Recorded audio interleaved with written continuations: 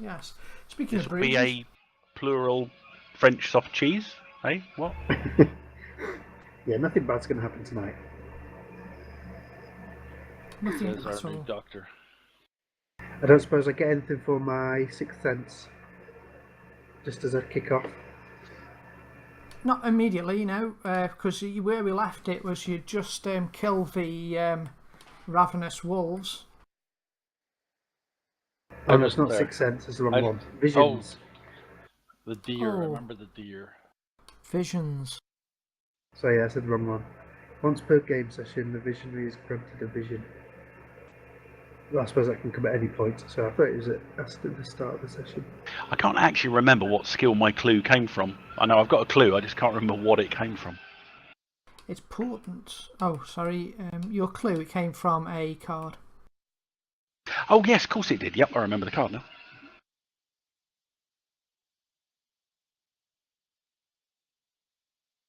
Okay, I will draw a card for your portent for the session.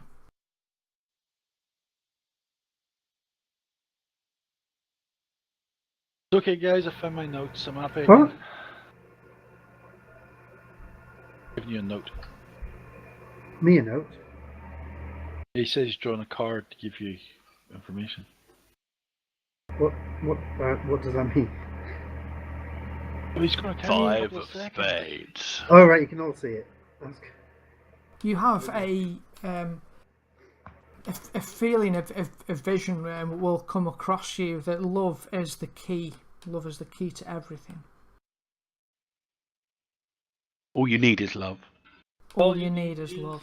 a big Love is like apple, oxygen. A nice heart to stab it into. Like a big box of chocolates. Love is a many splendid thing. So both of you people learned something. Oh, who's this guy? Oh, this is the guy we almost died on us, right? Okay. So you are out in the wilderness. The sun is setting. You are here with Jack, your navigator. You are looking for his hopefully fiancée to be. He wants to propose for her, but on trying to find her in the city, you discovered that she had been taken away by her father, Claude. He's a woodman by trade and has taken her to his cabin in the woods. Up and left town. Up and left town with her, allegedly. So, I know you're not having a benefit for all those terms, and so you set out with him to try and find her. You're a little bit concerned about what's gone on. Apparently her mother died recently and Claude took to being depressed and withdrawn and has finally, wouldn't let her out of the house at all, and you sent her and he basically stole off with her into the woods. You're also given rumours that the woods are apparently cursed, haunted. The beasts are acting strangely here, and you found that out for yourself as you ran across some rabbits who were gnawing on another dead rabbit, cannibalistic rabbits, which you slew quite convincingly. You killed those killer bunnies, and then later in the day, as the sun was setting over the forest canopy, you were attacked, ambushed by a group of wolves who were acting fairly intelligently and very aggressively, really attacking you wildly. Poor Jack actually went down, but managed to be healed by the doctor, who valiantly saved him from his injuries. Luckily, that patrol came along. Oh Told yes, us lots of information. you also got a patrol who were attracted by the sound of fighting, a militia patrol from the town of Chantalon, and they helped you, which was in good time because Extremely well timed. It was extremely well timed, and they helped you out and have since moved on, leaving you alone once more in the woods.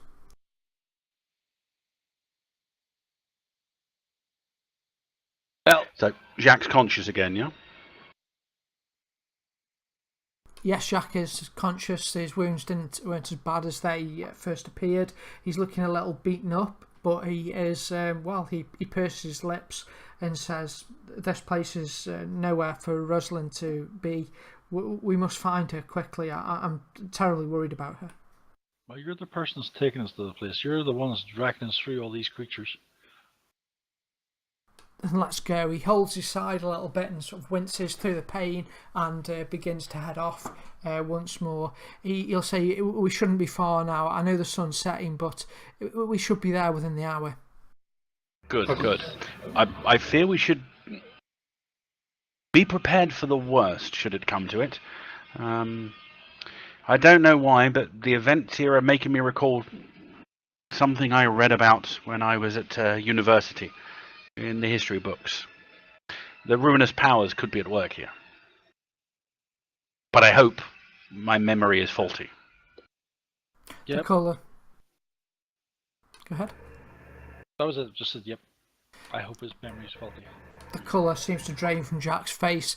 He goes ashen as your words. Then we must hurry. She could be in peril, and he picks up his pace and starts running. Not running, but moving very quickly headlong into the night. Okay, hurry after him, not putting my bow away.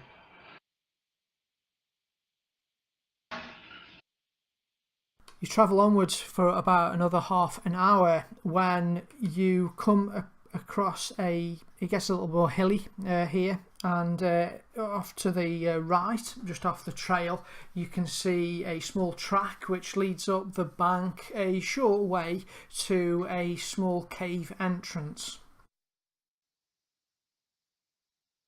I look for tracks of anything. Okay, a tracking roll, please, I think. Right, I've got follow trails. That's the one. That's the guy. Yep, I Don't. particularly feel. There are no tracks here. First roll of the game. You're standing in a huge, giant footprint. No tracks here. I don't think anything's in this cave. There's nothing going into it. No tracks going in, no tracks coming out. As it roars. Jacques, could this is a cave. Are you telling me your paramour's father resides within, or is this some kind of route towards their cabin? It's the quickest route towards there, but I believe hunters and the like use the cave. Not recently. Light, anybody? I don't smoke. No, Marcus. A torch, a lantern, some kind of beacon to enable us to see within the darkened Did you recess. tell me to bring a lantern? Did you? I have a lantern here. Thank you, Doctor. I've got flint and steel. I have a lantern. No torch. Here. Thank you, Doctor. You didn't say bring torches. I also did not say remember to wear your breeches, but you did. Still, let's not quibble and let's light the lantern. I also did not not say ship remember so to you wear must your have breeches. forgot to supply the ship, so it's all your fault. I will light the lantern. And I'm not giving it to Marcus. Stay toward the rear, Doctor. We do not wish the light ahead of us to spoil our dark vision. Thank you, Mr. Beige. And we, yes, Gazari, you may attempt to collect used crossbow bolts. I usually do a 50-50 chance of regaining each bolt, so you can work that however you want. Throw dice or whatever. I'll let you manage that. Odds or evens then. Can't exactly remember how many I've fired though. I think I did 3. I didn't call which was which. One's usually not good. Well, no, odds or evens I was going to do. Oh. But you didn't say whether odds. Well, odds is bad. There you go, odds is There bad. you go, so I've got 1 back. Thank you. That was useless. Keeping the torches behind you, you slowly make your way up the slight incline towards the darkened entrance of the cave mouth.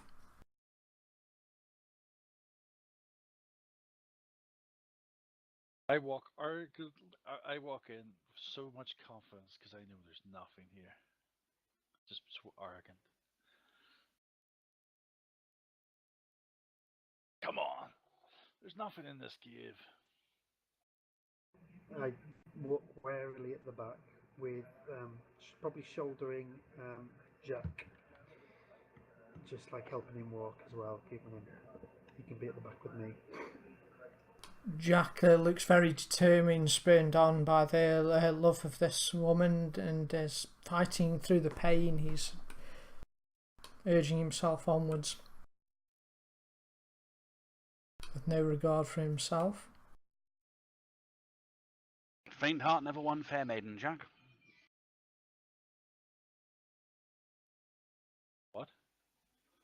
It's a saying, Marcus. Faint heart never won fair maiden. It's basically encouragement to be brave in the face of adversity. Did you not just say it that way? It'd been so much easier. Yes, but then you would never learn. Still, chin up, look ahead. As you enter, you hear the sound of dripping water ahead. The whole place is fairly damp. There's water on the walls and sort of soppy green stuff clinging to the walls here. Up ahead, though, you see a circle of stones which once housed a fire, and you can see ashes in it. Have I just crashed you guys? Nope. I'm just thinking about which skill I can use to look to see how old the fire is. Outdoor survival? Or is this indoor survival? I don't know. I think fires would be outdoor. Okay.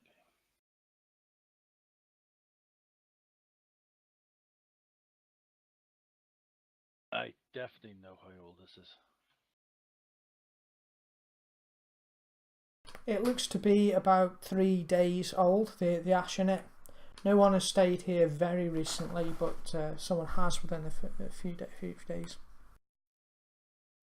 You look around for some ranger signs, Johan, but you do not. I don't find any. No.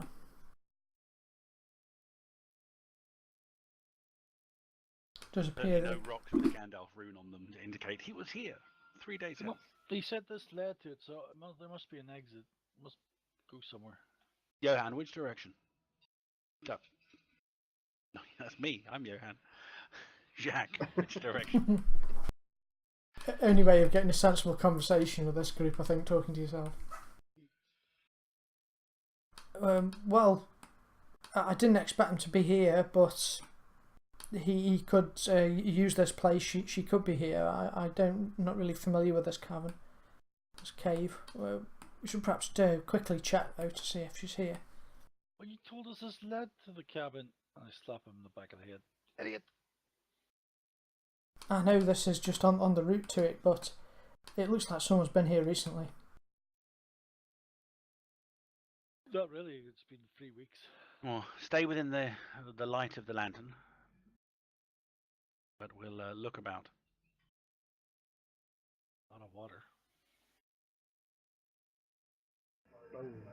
Towards the back here is more shadowy, so you can't really see too well towards the back of the pool, but you will get the reflection that there is a enclosed cavern where you are. The water here glimmers off the torch light. Off to the east you can see a pile of sort of belongings in the shadows. Looks like some sort of bed and a pile of stuff, sacks and the like are there. Doctor, could you test the water and make sure it's safe?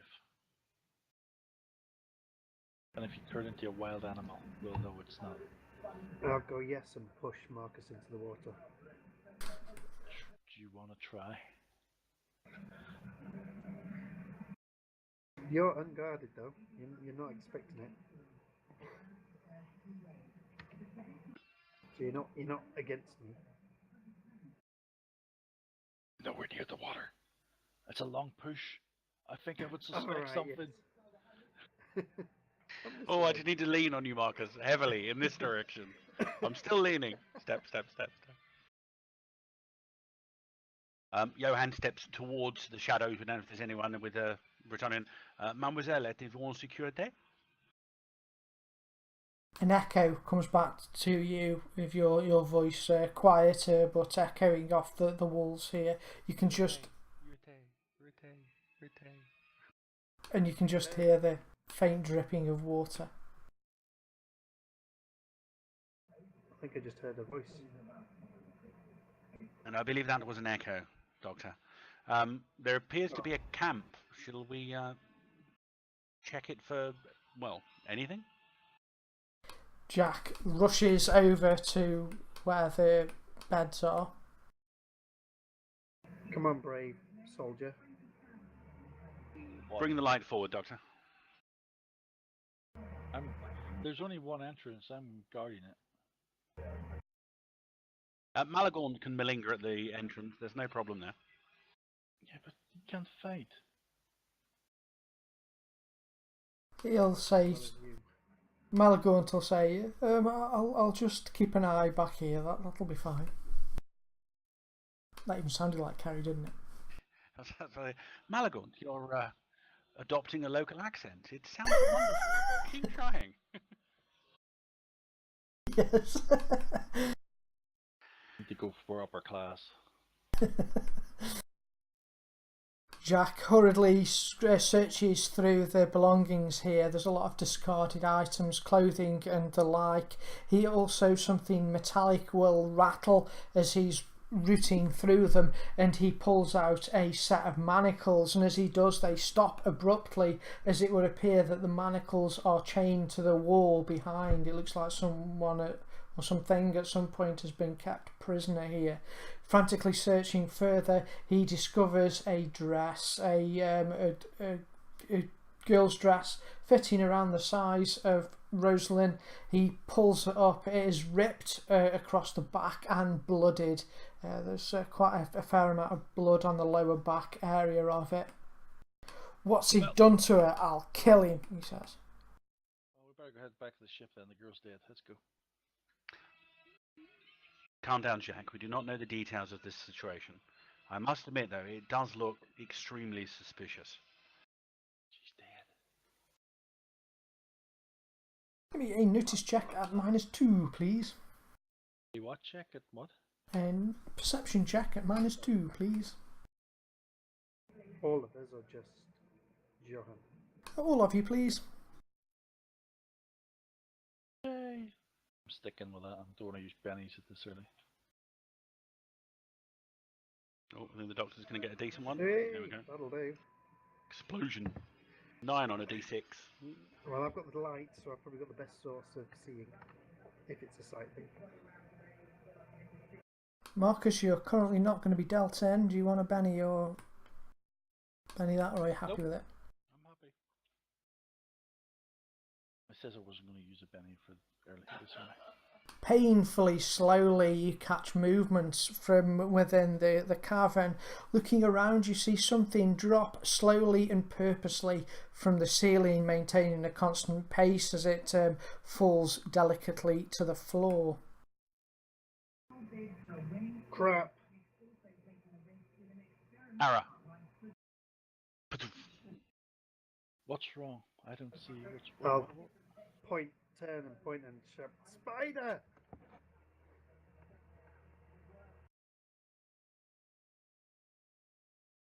With the intention of alerting Marcus. Does I mysteriously get to go first? Sadly, you don't quite see it in time to react as it Sorry, close to the ground. I got a beeping noise for some reason. I just thought it was me. Yeah, it was just your with you failing the perception roll.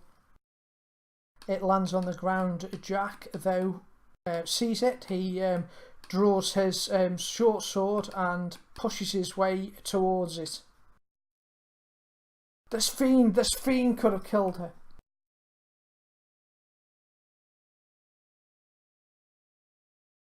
Oh, for God's sake. And the crazy guy, oh, he still misses. he isn't that good at it. He's more passion than skill. However, Johan, you get to go. I will step down towards the edge, so I only have to worry about approaches from one direction. I already had the bow out, so I'll just shoot at the spider. Alright.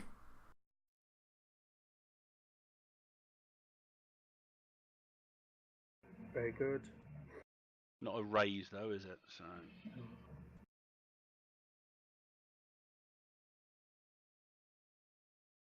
This thing is tough, gentlemen.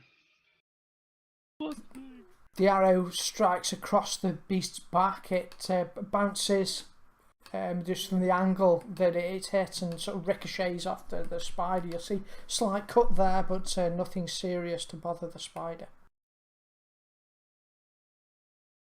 The spider rears up on its hind legs and its horrible pincers lunge out, lunging towards poor Jack.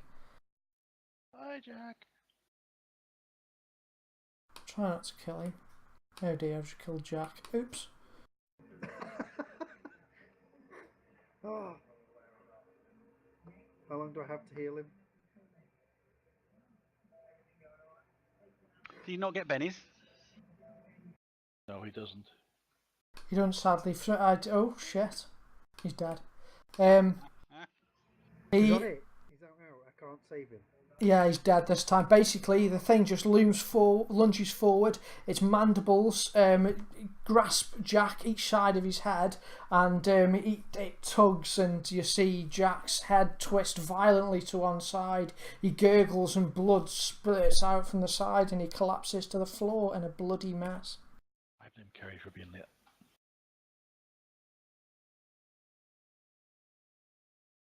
And then it, tasting blood, scuttles. Marcus? Towards Marcus. But it does push me. No, you're not in a square. Right, I've got the lantern in one hand. Presumably the crossbow is not a one-handed thing. No, I assume it's two-handed. it is. You can put the lantern down there and continue and shoot. That's fine. Yeah, I'm just thinking how I'd be out, so I'd have my cleaver out at this point, but I don't particularly want to go hand-to-hand with this thing, seeing just what I've just seen. So I am going to semi-waste, I'm going to, in fear, a bit of fear from that. Do we do a fear test or anything like that from seeing that? Or? I forgot about it, so no. However, I think while you're looking at what to do there, Malagaunt at the side, he looks like he comes up with an idea, and he starts to scream, "Hey, over here!" Sorry, trying to do it. And he looks like he's trying to basically distract the spider. So he's doing a smart trick against it. Does spiders speak Reichlandish? He's just making a noise, shouting. He gets a 5 on it. I'll not. Okay, Hold on one second. Oh, Has to do the thing against it. Yeah, stop saying negative stuff. Let him do his stuff. Try to save us. Okay, so the spider is tricked. what's that mean? It means that it's sort of distracted a bit and its parries down until its next go. Oh, Easy to hit. so I need to go in now. Damn it. He's basically putting it off. He's got D12 and smarts. He's really good at doing that as Malagaunt. Anyway, sorry, Doctor, to interrupt you, but I was just trying to help you out. No, Yeah, it's your go. Yeah, I need all the help I can, I think. Do I? Oh, what the hell? It's come towards me. I'm not gonna. I'm gonna step in then and attack. Crazy boy style. Do I get plus because Malagaunt? Yeah, Marcus is there. you'll get a gang up, won't you?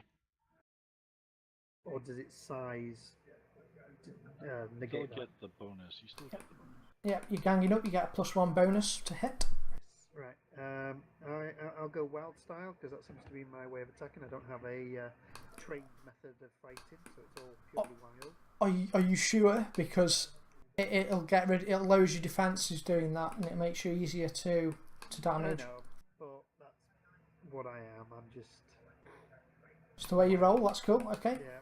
Sorry. Then I need to drop the cleaver on him. Oh no, hang on. Ganging up. Got a slight What's that? question. If you look at Gaz's character, he's got parry, toughness, and what's the other number below it? I've never seen that number before. Oh, that's Benny's. he's got more than 4 bennies. Oh, okay. I'm going to rely on bennies in this fight. That's why I'm loading my parry. Yeah, that's you're lucky. So cleaver. There we go. Star Trek fighting music. Cool. Hit. Oh, Yes! that was a good roll. Oh, well done. Raise! Yes! That's what we needed. That's what I need. No, we need to get past the toughness now. Beat 9. Right, so I need a good hit. Spark, can I benny my damage or not? I'm afraid not. It's an edge you need called No Mercy to benny the damage. Right, so whatever I roll now that's it. I can't roll a benny. Yep. Afraid so, yeah. It's a good strike, but has it got the power behind it? Come on. Yes! Come on. 16. Oh, Hopefully it's only got 1 window or in trouble. Oh, 2 more. It'd have been 2 minutes. Oh, no. and that's enough to give you a crit. Ooh, yes. Come on. So if you open up that hit location I've just shared in the chat window and roll your critical. Head. Hit the head. Come on. What is it? Torso. Oh, it's bleeding. That's a nasty one. Hi, Kerry. Hi, sorry I'm late. Quick summary: because you weren't here, Jack's dead. He basically, it wasn't anyone's fault. The spider just bit his head off. We went in a cave, found evidence the girl used to be here, and then a spider came down from the ceiling and bit Jack's head off. Poor Jack. You did rather well though. You've been distracting the spider from afar. Oh, it's a pity the spider got higher niche because he's going to lose the trick, but never mind. I'm just going to move, flanking the beast. I know it doesn't give me any bonuses on the hit, but doing it anyway. Well, you've got rid of any cover penalties it might have got by moving around behind it.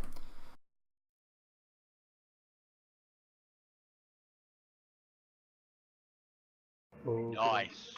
Raise, yes. 662. One option you have got, guys, even though you've been a bit lucky, I guess, with the hit rolls, but if you aim for the head, it's -4 to hit, but if you hit, you get +4 damage, and that'll help get through this thing's high toughness.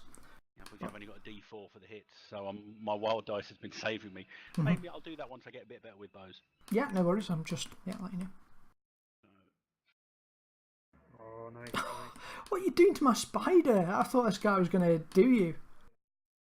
Well, it killed the navigator, and we are an exploration mission, so you have sort of killed the most important NPC, so you got that victory. Sorry, I perhaps should have made him a wild card, really, but never mind. Okay, well, you get a crit on him anyway, on the spider. So we go to there, and then roll the crit location. Kerry, if you can't get in with the normal code, we've got another name that might work. I seem to have connected to something. Yeah, I disconnected and reconnected with the normal one. It seems it's working regardless of Skellen's registry issues. Oh, I'm pleased about that. It must have remembered who I am. I'm still under the old one. The new one. You strike the creature, Johan, and it's the force of the blow, because it was on its behind legs as it was trying to bite people, essentially knocks it onto its back. Its legs are flailing around in the air. Would you like to move any further? I moved, what was that? I was there 1, 2, 3, 4. Yeah, let's just continue to flank. Wait a minute. And that's... Damn it, can't do it. It's still shaken.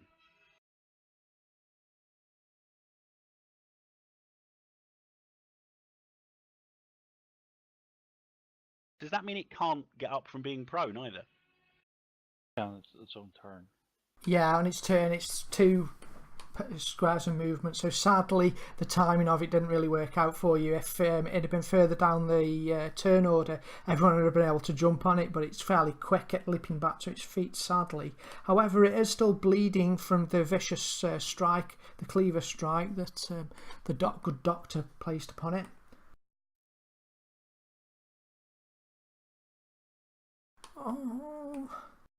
Oh, he has got bennies. He's got his own bennies. I'm going to spend a benny now, I better. Is there any age that makes you go first? Well, you've got quick and the other Level-headed? ones that essentially, yeah, level-headed, which mean you redraw cards. Okay, he doesn't die of blood loss, so this is good. But he did use 2 bennies, which is also good. He did use 2 bennies, and sadly, it means that it's still shaken. It can get to its feet,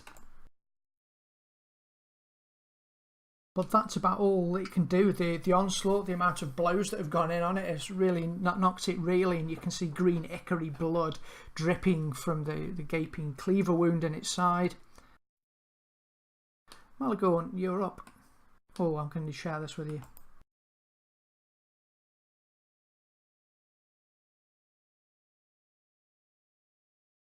The spider is shaken at the moment, so it's not an immediate threat. Can I take courage from this and move up and stab it? You can.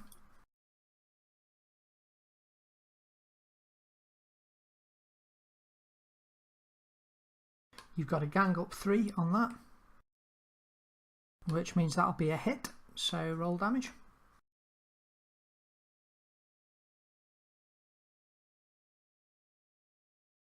Sadly, you don't get through its thick chitinous skin, chitinous skin.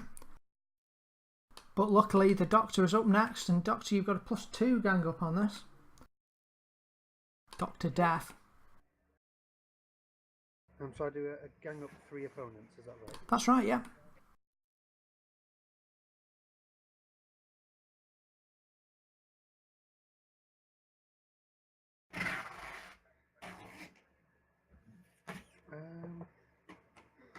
Tempted to do a Benny on that. To try and get a raise. Yeah, I think I will. If that's okay. I'm allowed to, aren't I, do a Benny on that? And that if I roll worse, that still counts. Is that right? Yeah, you can't get any worse when you Benny things. You always take the best result, so even if you fumbled on this one, you'd count the best result. Let's give it a go, see if we can do better. Alright. It is your free one from last week. Ah, damn it, no better. I'm just worried about the sellotape. He's using it as bandages.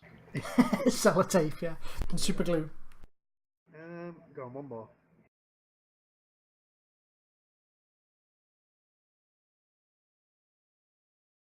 No, wasted 2 bennies. I'm a bit gutty because I've got a fumble table I want to use, but I can't because I'm sure you won't pick the critical failure. So it's still a hit. Definitely not. Well, let's hope this is a better attack. Go on. No, rubbish. Unfortunately, my wild attack just bounces off its shell. Oh, I was going to go for its head. I forgot. Damn it. Oh, never mind. Too late now. How did I get a crit last time? What determines you get a crit, by the way? Sorry. The crits are just wounds, and this, whenever you cause a wound to something, you also roll a crit, which determines sort of where it is. So you get double effects in Warhammer because it's bloody. So you always cause a crit. If you cause a wound, you'll get a crit, yeah. Right, is it dying for... Or a wound is a critical, more to the point. Okay. That is... I can't move it on from me. Oh, I've done it. Sorry. Sorry. I was getting excited. Okay. So, I'll just do a normal attack now. Oh, I didn't open my little info button. Where is it? Attacks.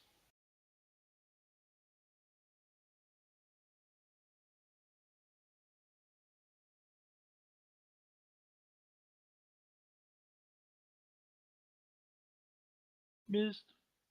I will Benny. Alright.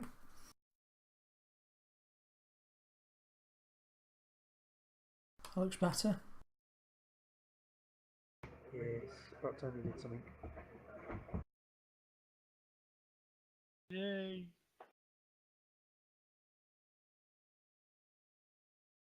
How are you doing? I'll probably die of the bleeding, the blood loss at this rate. Dirty wound, well. You might make him poorly if he does survive. Yeah, I don't think he will. Unless it decides to run away. Oh, he's Oh, last. me at the beginning again and him right at the end. Right, I'm probably going to keep up with the same thing. Are there any manoeuvres I can do to make it easier to hit? I think it's just aiming, isn't it? Which means I have to sacrifice an action to aim, don't I? Yeah, there's more options in hand-to-hand than there is really for missile. Yeah, it's aiming. You have to spend But a then it's turn to aim. easier to hit, isn't it? 'Cause of the True. range, so. Okay. I'll Benny that.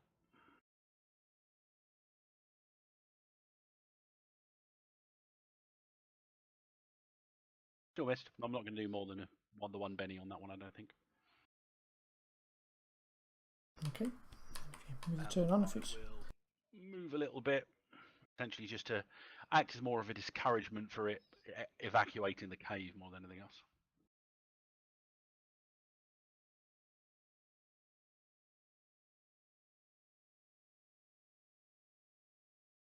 Okay,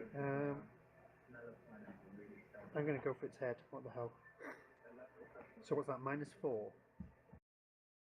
Yep. Yes, -4. And gang up 3. Okay, so that almost cancels out. There is a cool shot head thing in the modifiers if you. So I do the +- thing? Put Yeah. that? And then you can drag the cool shot down to the hotbar if you want.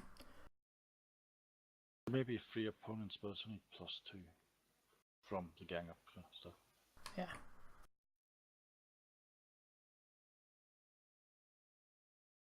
See if that's worked. Oh, so close. Cool shot -4, ganking up +2, +2. It's only just a miss there, only by 1. Benny it, you've got loads of bennies. I'm running out. Go on, I'll use 1 Benny on it. That's it. Just need a 6 to hit. There's still 2 of you to go. So I'll go on. Is it? Do I need to press them all again, or will it still carry them over? You have to do them again. Right. Yeah.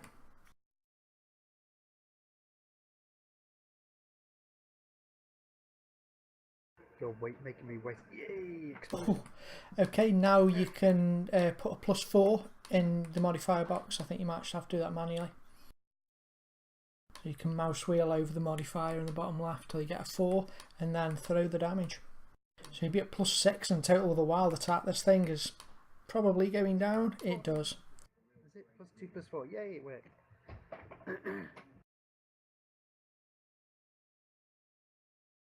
And after multiple frenzied blows from the mad hatchet man, the spider goes down. Didn't stand a chance. It just got battered under the weight of attack straight away.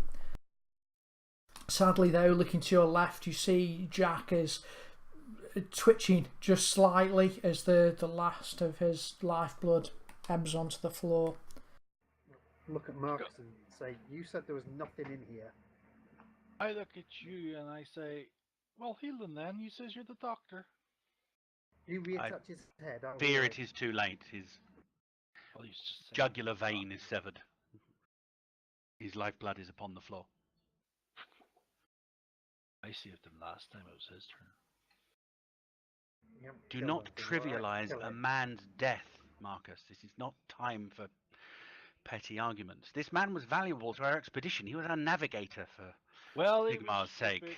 He deserved to die. He just charged in that. Do spirit. not belittle a man's death. I will not but- ask you again. We can do. We're going to sack me. Oh, good. Can leave you here. Your inability to read a situation cost him his life. Don't want you costing anyone else their lives. Liability. I kick you in the goolies. Have you seen how good I am with this cleaver? We should take some time to see if there are any other clues as to his fiance's fate. The wounds or the damage to that dress did not strike me as the sort of things a spider would do. I would know what a spider would do. It seemed to like chopping people's heads off. That is correct, but and I'll go over to the dress. It's as if she, well, either something slashed down the back. Looking at the spider, it does not appear to slash. It would appear to bite and gnaw, or she ripped out of it somehow. A healing roll, maybe. It sounds a bit odd, but I can do. I'll do How, it if you want. how many minuses to it? Could I blag academic knowledge science for okay, Renaissance? yeah.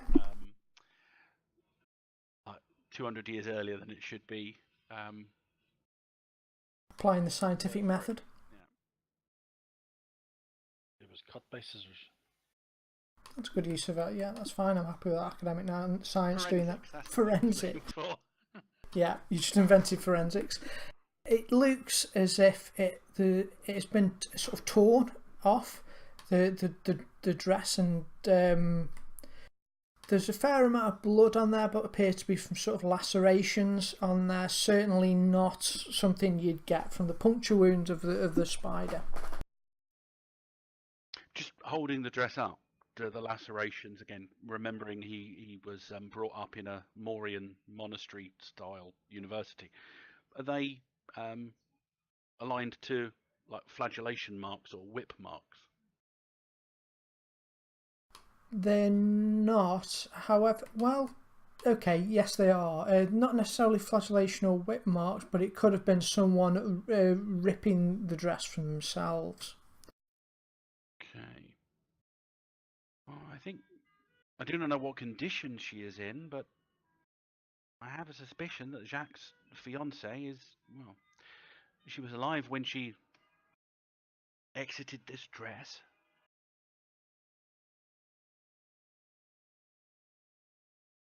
Was there sign of a path going on beyond this point outside? Or did the path end at the cave? There is a sign of a path continuing onwards, yes. And Jack did say that it wasn't far from here.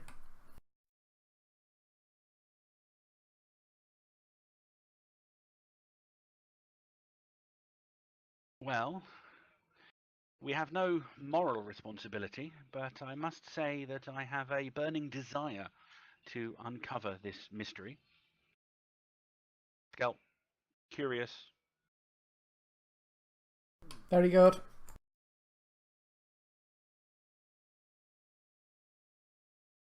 You've got curious as well. Mm-hmm. And I'm fully using that hindrance right now to get the Benny.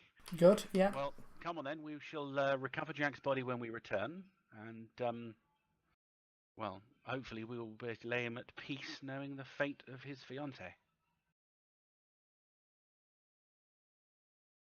Right on.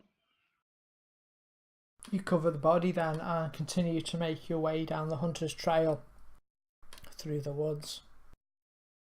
No, Doctor, we don't. But I assume that was out of character. Oh yes, that's green. I'm not actually. Yes, yeah. We'd need a box to make it like 7.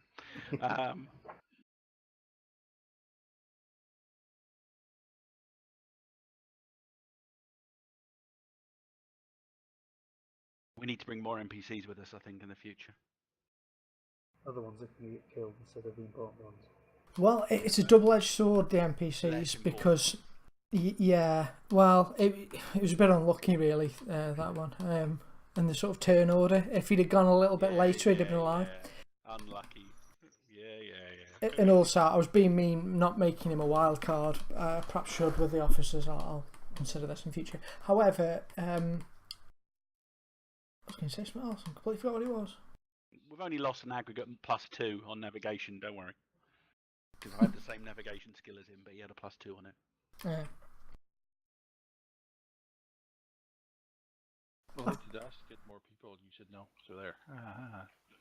Oh yes, that was it. It is a bit of a double-edged sword taking more people, because from the Pirate 50 Fathoms game I'm playing, it's good having a lot of people there, but they can tend to die fairly easy, so you can end up with not a lot of crew fairly quick. So now when we're going around and that, we're really protective of the crew, but it's up to you, how you want to play it. I assume that asking the crew to do things that aren't exactly within the remit of them as crew probably has a negative effect on morale as well. Well, I'm looking forward to getting into that actually, because that'll be, persuading the crew, getting the crew on side, and we'll be able to do some interesting social conflicts and social stuff around that. We should have brought Helga with us. She could have died. How dare she clean me?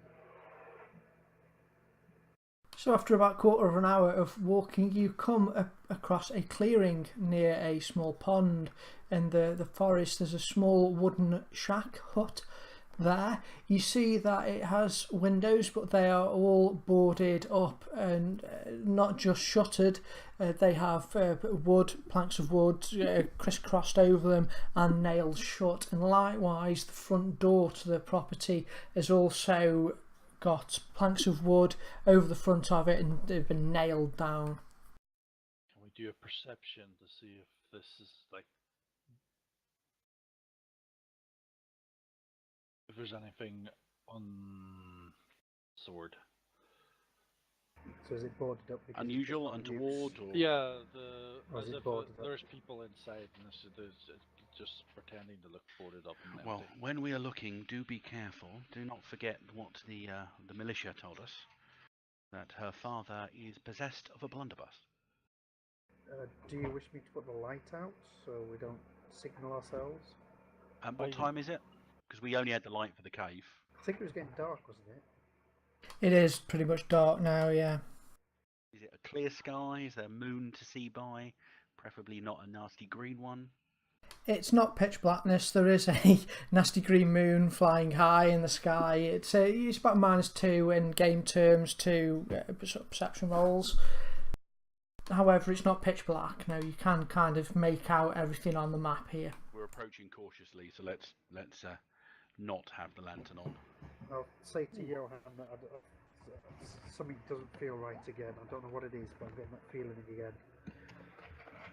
I don't know where it's coming, whether it's more animals in the vicinity or something's not right inside there. Thank you for the heads up, Trust Doctor. this place. I'm not talking to Marcus, I'm talking to Johan. Thanks for making that clear. Yep. We're so dysfunctional already. Great. Well, take care, everybody. Perhaps we should, well, if we are investigating, perhaps we should spread out and each approach from a different direction. We should certainly cover more ground in that way. Right, okay, I did my perception to see if I saw anything untoward about the entrance, like, you know, it wasn't really boarded, locked up.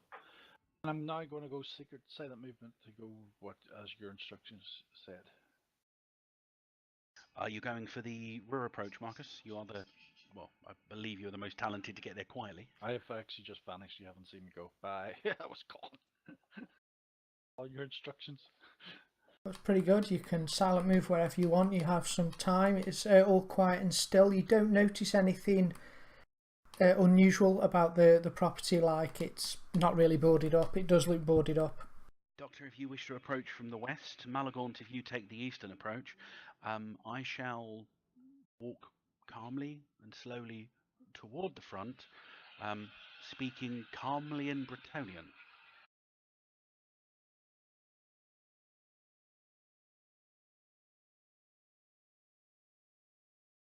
Don't know how fast I'm moving, but you know, I'm trying to circle this place.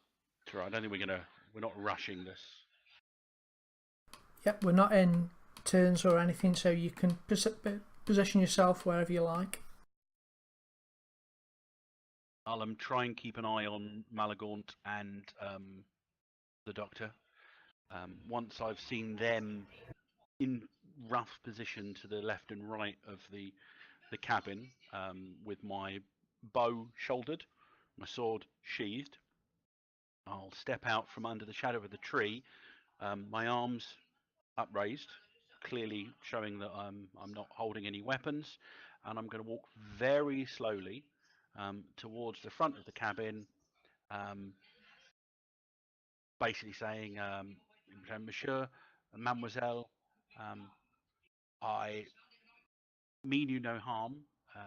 Can we possibly talk? I have news about somebody you may know.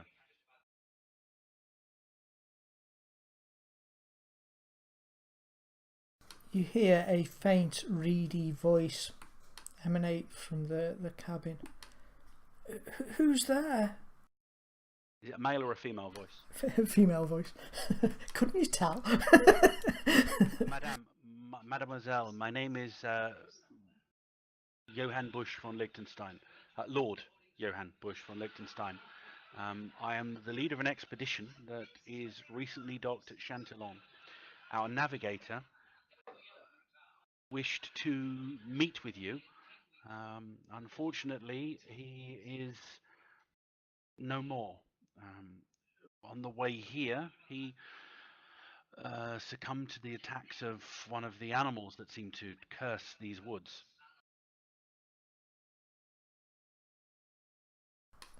What was his name? Jacques de Gaumont. Jack, he was coming to rescue me. He was, I'm afraid, Mademoiselle, it was worse than that. Your misfortune knows no bound at this time. He was coming here to propose marriage. Oh, Jack, I always loved him. I knew he'd come for me. But please, and you hear like a banging on the door. Please let me out. Against your will. My father, he won't let me out. He took me here. He kept me here like an animal. Please let me out. Where is your father? He's out in the forest somewhere. He's hunting. Please, quick before he returns. Damsel in distress. Yeah, why not? We all know what's going to happen now. That's a claw beast. Rips you to shreds, but don't worry about it. I am looking around for anything because I'm fearful of more bulls attacking. I will loudly proclaim, stand back from the door, mademoiselle. And I'll probably say that in Reichspiel as well. I will attempt to remove the barrier. And I have absolutely nothing with which to do this. Have you got a dagger or anything? No. I have a dagger, looking at that, so I'll try and get a dagger between the wood and the door and sort of lever it off.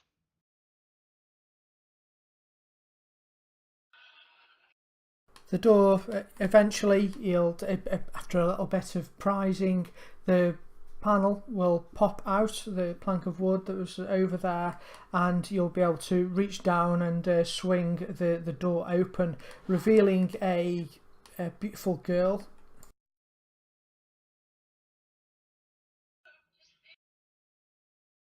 Who looks weakened. She sort of her legs are shaky, and she looks tearful as she staggers out towards you. She put a hand on your shoulder to steady herself. Thank you, sir. Thank you. Yeah, our pleasure, mademoiselle. I just wish it had been under better circumstances.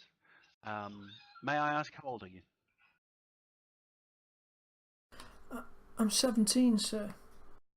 In Bretonnia, does that mean she's beyond the age of majority? Is she an independent young lady that shouldn't be? Oh gosh, yes, she's yeah, definitely.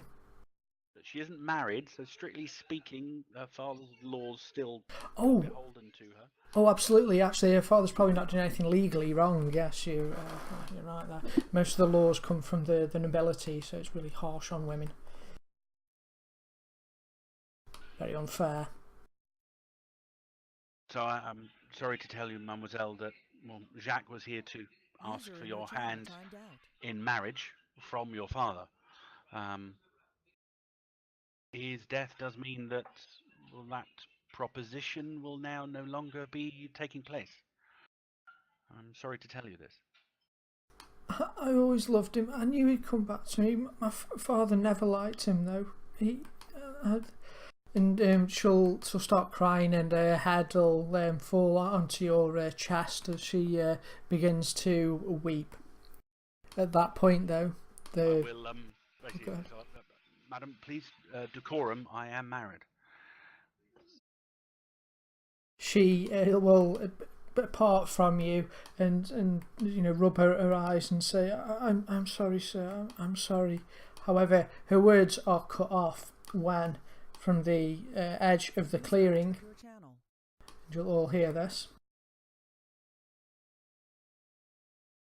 this man appears and he says, "You get the hell away from my daughter." Where is he? I can't see him. I can't either yet. He's coming. A large, rugged Bretonian man. Oh, I've reduced. I'll step back from her, as you wish, sir. Your daughter, as a young lady, is your purview. We were coming here accompanying a potential suitor of hers. He unfortunately died along the way. Well, it's better for him to die sooner than later when he got here. Now, get out of here. This is none of your concern. Where is he? I would love to fulfill your request, sir, but is this place not dangerous? We encountered many beasts on the way up here that were acting most unnaturally. You have a house in town. Why do you not reside there? I am keeping her safe. You don't understand. Get out of here now, or things will turn bad for you. I would inform you, sir, while I am not of Bretonian nobility, I have papers of merit from the Reich, and I understand the local laws here. You should be slightly more deferential to your betters. Is that not correct? You fools. You think you're doing good. Get out now. Get away. And actually, make me a perception roll, please, there, Johan.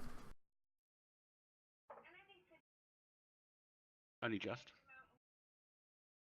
At this point, you notice that there's a faint, like, circle mark on the ground around the hut itself.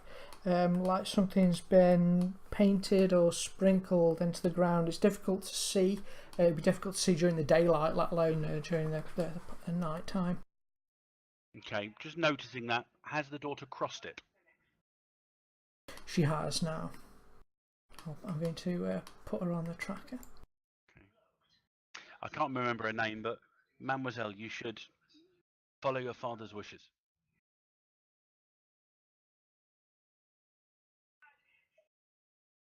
Oh, I shall follow his wishes, all right, she says, and her voice trails off in a sort of sickly, deep fashion.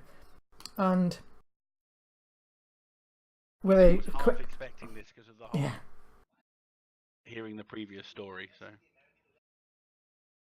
with a flick of her her hands, claws fly out from her fingers. I'm laughing at Gaz, who's out of character. He said, "Can she navigate boats?" Okay, can the dad? Can anyone navigate? You'll see dark veins start to well up across her cheeks, and her eyes colour in jet black as she hisses to you. You hear Claude say, "Fools!" I'm going to a new round. I better put her on the map.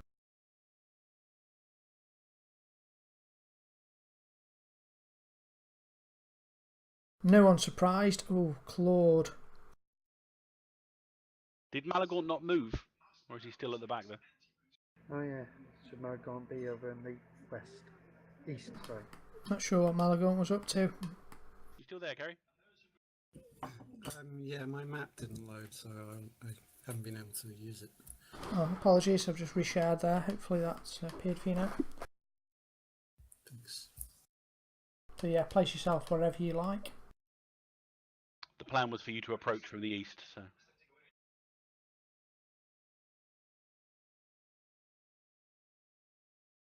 I'm going to move up and... That's not your go yet, we just wanted to make sure you were in place. Oh, okay. Right. Yeah, I'm in place. Wow, Claude got a joker. He did. Do we get minis? No, because an NPC got a joker. He wasn't on Yeah, our but side. he's on our side now, surely. No, he isn't. Oh. Are we against him and her? We don't know what he's going to do yet. We'll find out in a couple of seconds. Did, Patience. did the You're hiding. You're not allowed to talk. the other three, could I have concealment rolls from you, please, just to see whether it'll be opposed by Claude's awareness. I'll give him a -2 for the darkness. Oh, it's not silent move, it's concealment. Concealment. What if you haven't got concealment? Oh, It's Malagor's still got a unskilled. cold shot to the head on his character, so Okay. 5-1. Yeah, There you go. yeah, you're untrained if unskilled.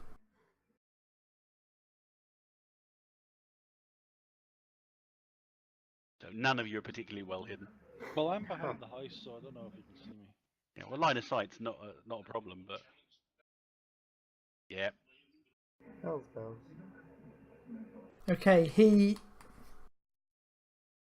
says, Rosalind, get inside, my dear. I'll deal with them. Oh, he's protecting her out of. Moves to here. I'm going to give you cover, Kerry, because he levels the No, we blunt. don't. Okay. Hang on. Villainous verbosity. Fantastic. He talks this round. He doesn't do anything but talk. In which case, he'll say, I never wanted it to come to this. I'm trying to protect you. I'm trying to protect you all. I'm trying to protect her. That thing within her, it's got her. It's the only way I can protect my daughter. I love her, and you spoil it. You get out of here.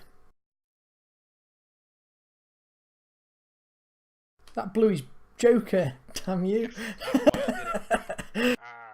Okay, Doctor.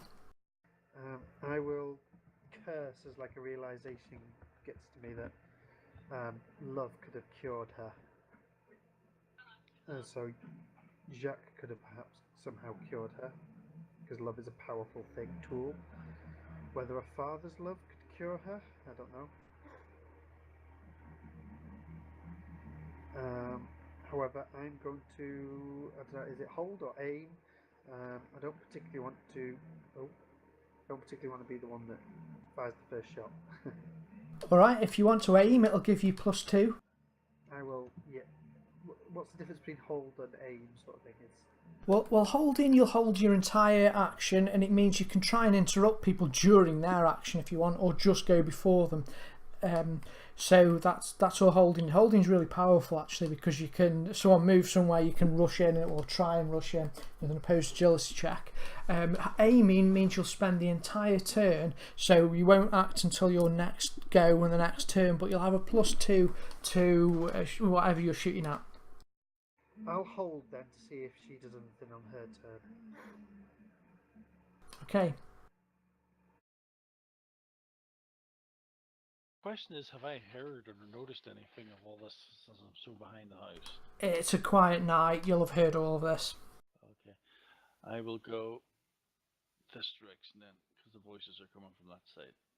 One.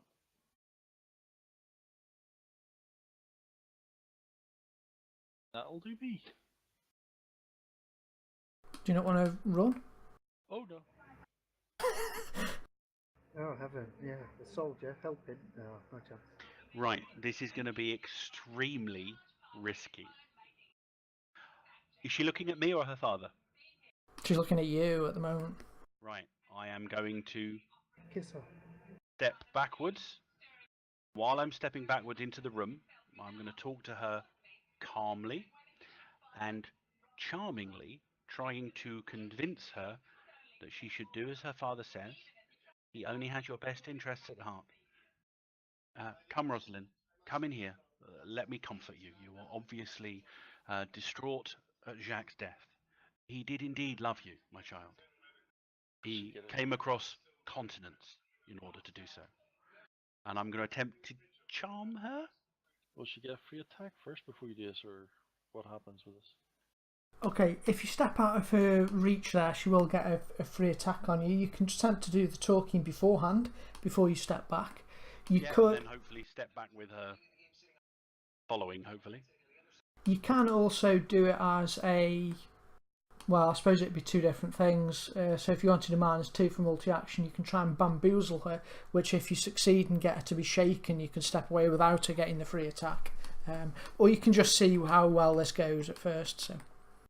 I'll try and do the charm, and if she appears to be conducive towards my convincing, I'll step back in the hopes that she'll follow back into the cabin. All right. So I'll have to make a charm roll. I've no idea what the difficulties are here, so I'll just make it roll. It's going to be opposed by her spirit. Oh.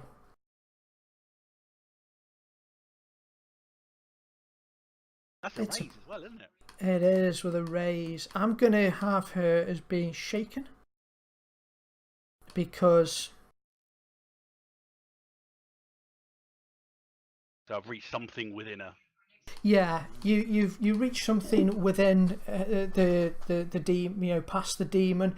Rosalind inside looks like she's fighting really hard. The blackness of her eyes will momentarily shrink, and you'll see her normal pupils there, and she'll say, "I can't fight it. I can't." And the pupils will go back to black again, and the voice will turn deeper and turn into a sinister laugh. You will all die. But while it's shaken, I'm going to step back into the house. Yeah, good move. Yeah, you've shaken it and stepped away. Good call. And hopefully the father heard that. Oh, maybe at least one of them does have her best interests at heart. Mm-hmm.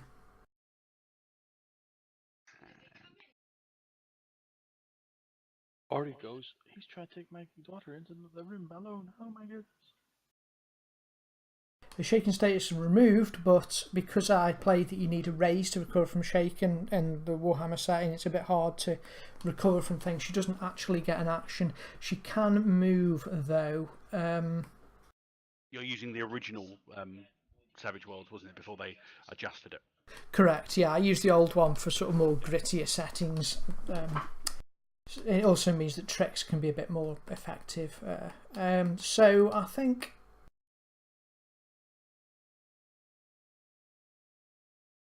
she does not want to go back in there.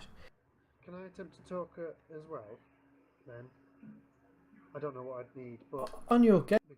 Yeah, you can... I'm holding, so I can interrupt her? You can. Yeah, it's a opposed agility chest to interrupt her during her turn, so if you want to roll agility.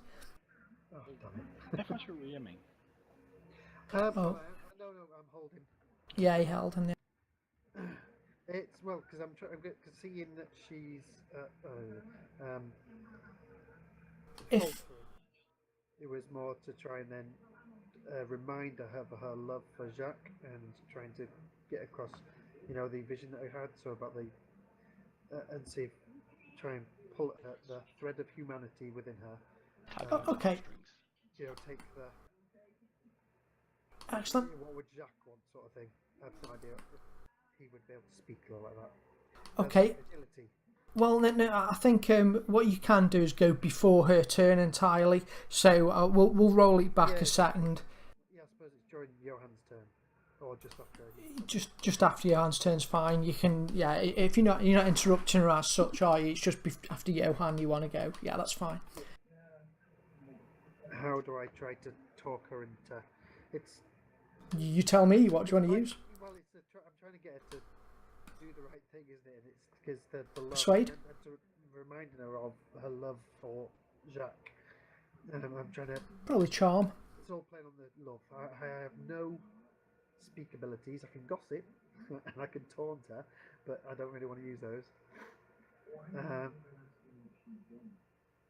Can I use evaluate? I'm trying to evaluate the situation. Or is that specifically about not situations, but yeah, it's about monetary value of things. I think evaluate probably. Charm would work. I'm not charming. Just have a look what you've got. So you're more of a taunt guy, aren't you? Yeah. You could taunt the demon, I don't know, but might not help. But you've not really. It's not your skill, sadly. Can I point one other thing out? Oh, Does she speak Reichsspiel? I've been speaking Bretonian to her up until now.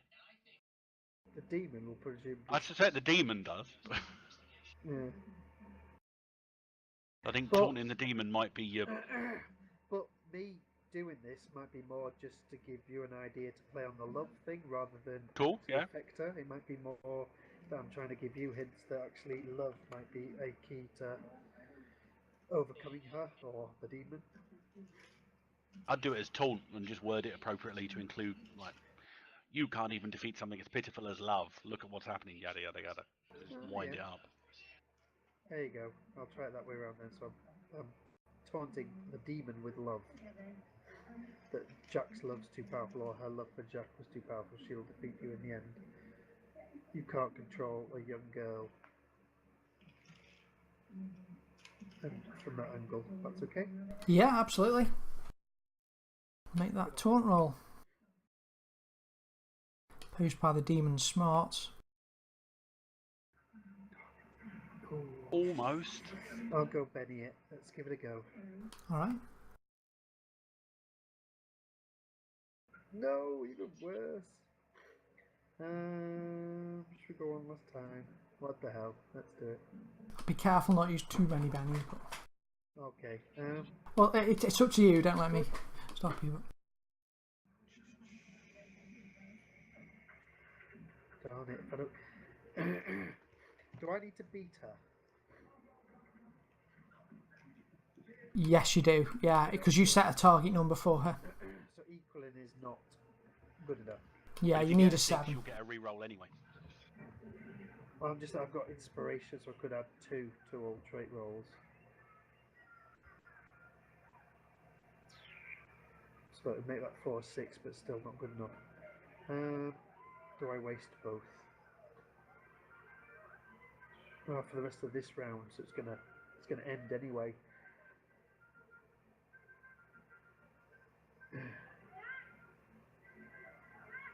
I'm not sure if the pushing her away and reminding her that I'm a married man qualifies for Puritan quirk, but... It was good role play. I'm not going to spend either of these. I'm going to keep my Benny and I'm going to keep the inspiration card. Maybe if I go earlier. Round. Can I play cards any point? Or does it have to only be my turn? You can play them at any point where they're relevant, really, yeah? Because it just adds +2 to everyone for the rest of the round, whereas it is the end of the round now, so it's Yeah. pointless to, nobody else would gain the benefit. So yeah, I would have had 2 raises on my one though, but that would have been huge. yeah, but maybe if I do it at the beginning of next round, if you're going to try and talk her in, it might help.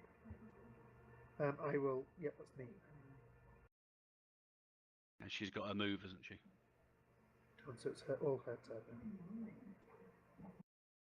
Okay, she, well, as you half move, while she's shaken, she looks befuddled by what's going on, but then turns and looks towards where you are talking to her.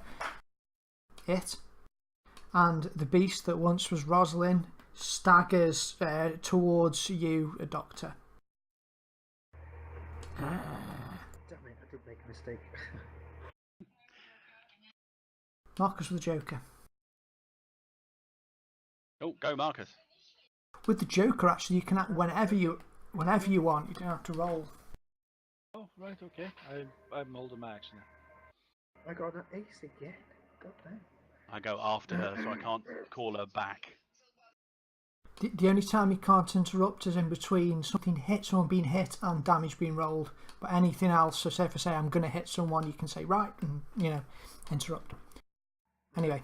I am going to play my card then, in the hope that I know Johan's after her, but maybe you can call her back once she's taken me down. So everyone gets +2 to all trait rolls for this round. I'm going to try again to taunt her and get her to back down, or try. I suppose I'm essentially trying to confuse the demon and give the actual spirit of Rosalind or the character of Rosalind a chance to Sure. come through. Okay, let's try that as a post smarts. So you'll roll smarts and set the target number that she's got to hit. Does it automatically add 2, or do I need to do that? You'll need to do it manually, I think.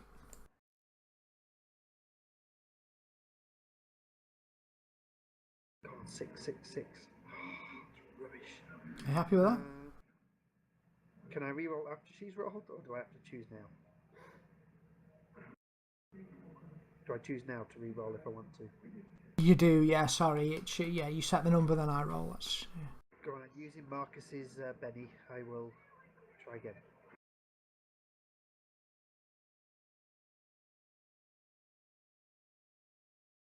Come on, 6, 6, 6. Yes, that's it. That'll do. Take that one. damn you. Come on, demon. Oh, sorry. If anything, it seems like you just wind her up. She snarls at you, vicious claws gleaming in the moonlight as she marches towards you. Do you want to move? I hate her. No, I don't. I hate you. Good. Oh, do I move? I think you should. I don't know where to move to. You want to just get as much distance between you and her as possible. So I'll do me taunt and try and then realise when the demon just sort of like glares at me and it's going to come for me. I am going to turn tail, but I can't go back. I know there's a light there. I sort of want to keep it out in the open though. I don't want to draw it into the trees. I'm going to go head north. Yeah, I want to keep it around the front where the door is. Yeah, I'll go northeast. So, how many is it? 6 squares? You can go 6. If you go 6 up and 2 left, you're still at the tree line, but you've extended the distance between you and her. So I can go 6 diagonal as well. Or is it... You can, yeah. I don't play the. I know it's not. Half or anything like that. I know it's not accurately correct, but Pythagoras be damned. yeah, it's just easier. Like, I'll go there. It's not quite 6 diagonal, but it's Okay. 6 away. 6 away. 1, 2. She's gonna have a massive movement, isn't she? 1, 2. No, we don't know yet. She staggered up until now, but that could have been the shakenness. 11. Maybe I should. Oh no, leave it. You don't. I think.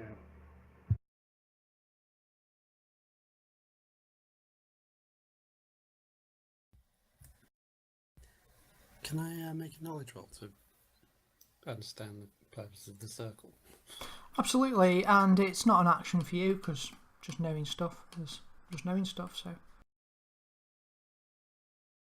don't know. Wow, I did not know you had academic knowledge in magic. I have some stuff to talk to you about magic, but we'll do it later. I'm going to run up to Claude and attempt to wrestle the blunderbuss from him. All I right. don't particularly want to get shot by that. What do I have to do? I guess you're going. Are you going for a disarm or grapple? A disarm will be fighting. I just want him not... Which is easiest to prevent him from shooting it? Disarm is a fighting attack. Then you do damage, but the damage roll is what he's got to roll on a strength roll to not drop it. Okay, I'll do that. Okay, so a fighting attack, just yeah, it's just against him as usual, against his parry.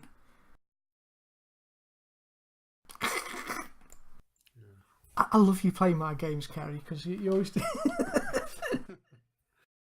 Okay, you run up heroically. If you'd like to roll your fumble on the fumble deck, I've just put the link in the chat window. See, this is why I've Kerry along. You're not allowed to Benny that. Afraid not critical fails. Any critical failures. This is the Chaos Gods themselves intervening to toy with the mortal realm for their amusement. But I suppose it'd make critical failures almost non-existent. Possibly, yeah. You just click that little red thing called Fumble Deck. Okay. Okay. You sort of rush up and perhaps pull a muscle or something a little bit. And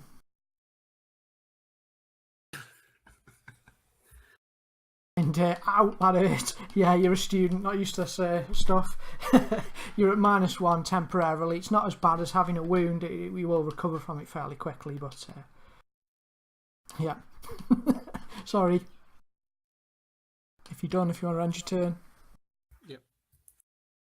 On the bright side, he can't hit you with that blunderbuss because you're right in his face. Not that stepping away, you can't anyway. The demon. Go for Johan. She steps over here and she turns and looks at you with their black soulless eyes, Johan, which seem to penetrate into your soul. You hear a whispering voice, "Come to me, my slave."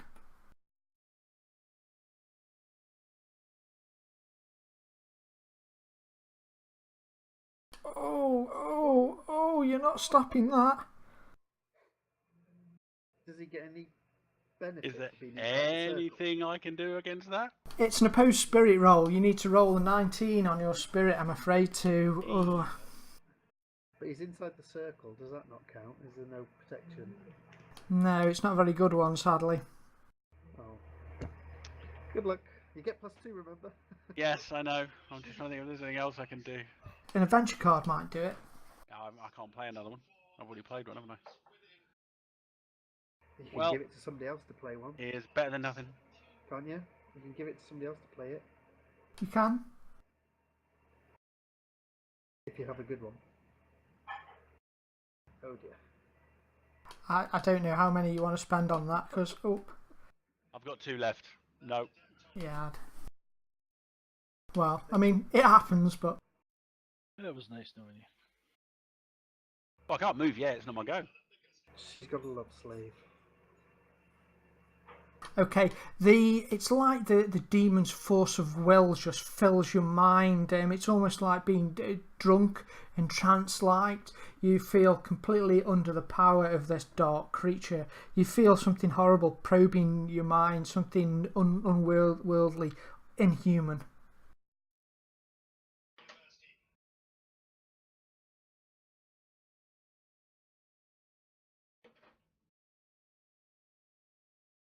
And she said, "Come to me, my slave." Yeah. At first she does. She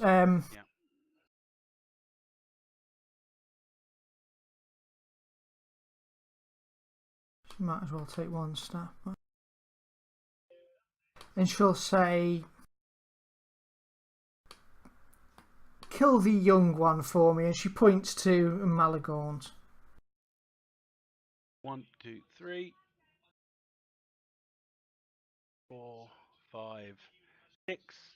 I will draw my bow and fire in the same round, which counteracts the +2 with a -2. Yep. Weren't you 2 inside the door, so you can only go 1? You need to go back. I don't think it matters. It's going to be if I go 1 less. No, sorry. It's fine. It's still short range.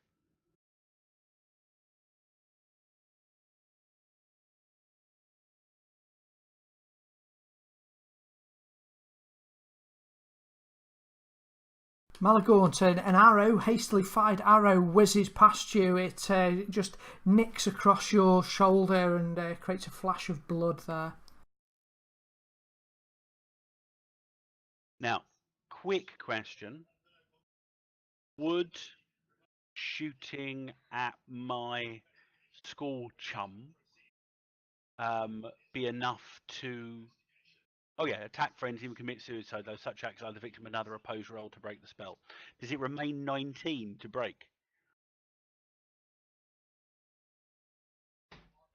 I'd say not. Actually, she'd need to re-roll. Go ahead. Yeah, okay. You'll. Okay, yeah, we'll have another roll at it. It's her arcane skill versus my spirit again. She sets the target number of 4. Just enough. Yeah. And looking at shame and consternation at what I've just done, even though it's probably only just nicked him, but cuts me to the quick. Claude looks around and he says, Rosalind, my dear, no, stop it, stop it. The thing is, He staggers forward. I beseech you, my dear, please. You should not have let her out. Marcus, you're an old. Button. Oh, right, okay. Okay, there's no interrupt button. I think, do you have to right click on the top? Oh, usually there's an interrupt button, isn't there? If you did it earlier. If you right click on you on the tracker, on where the card is, does it give you the option? Yeah, it does. There it is, okay. Oh, Puppet's expired on me, isn't it? Because I broke it. Yeah. Okay, I'm gonna do the whole movement thing. Oh, Kerry pointed out, can he just leave combat like that? Does he not? He could. If you weren't shaken, you'd have got an attack on him. But because you're shaken, you lose. You know, it's put you off basically being hit. Is there movement on top of pace movement? Is there movement on top of run movement, or is it just run movement? Just run movement. So you can click it. You should be able to just click it now, and it'll tell you how far you can move. 12. Good grief. So I'm gonna be doing multi-action here. Mm-hmm. I'll do this run and then attack. Right, one.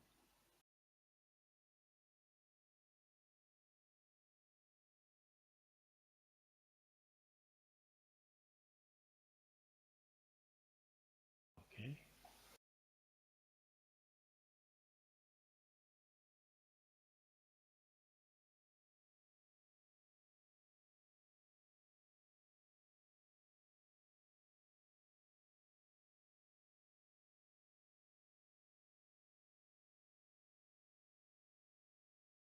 You rush round in between your friend. I came out of my hold action by using a card. Ooh, very good. Okay, you. Okay, so you get +4 to attack and damage. You've also got +2 for your Joker. Do you want a wild attack on top of that? I want a wild attack. I want to hit this thing and kill it. Don't think we're going to.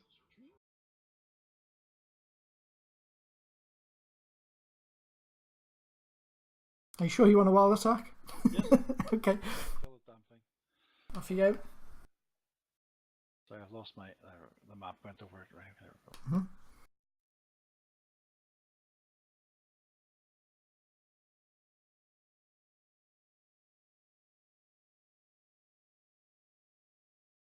Hit with a raise. Oh, you could have gone headshot as well, thinking about it.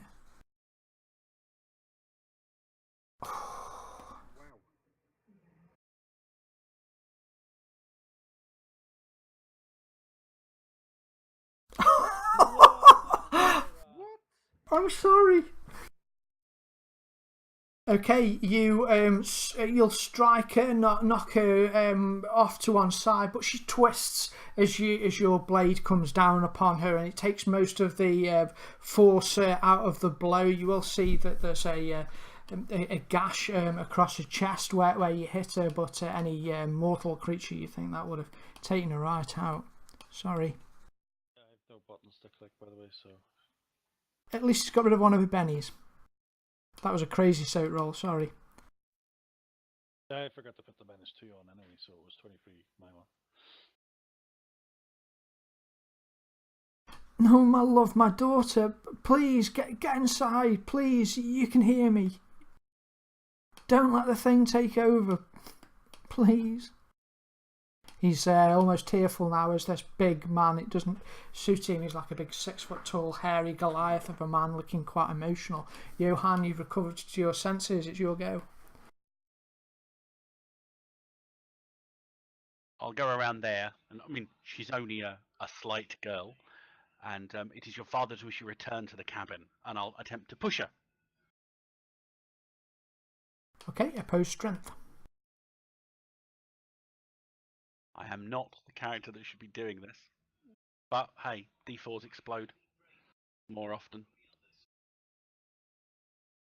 Not this often though. But I'm still going to use a Benny. Oh. That's okay. Okay. No. Wasn't even successful. This girl has inhuman strength. As you push it, it's like she's just a piece of steel in front of you. She doesn't even move slightly. It's like a rock standing there. Definitely unnatural, a thing of darkness. At least now we know.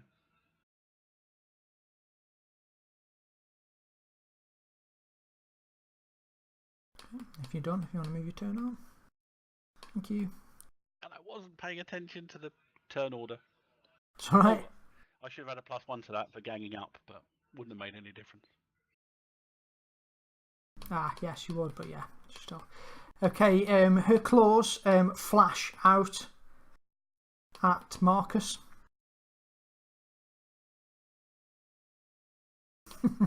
Die, she says, as she hits you. Oh, this might hurt. Have you only got... Oh, yeah, you're well attacking. Oh, damn it. 2 wounds. Do you want to soak that? Yes, I will. Let me just get the thing up. Where is it? Where's my soak? It's gone. There. No. There it is.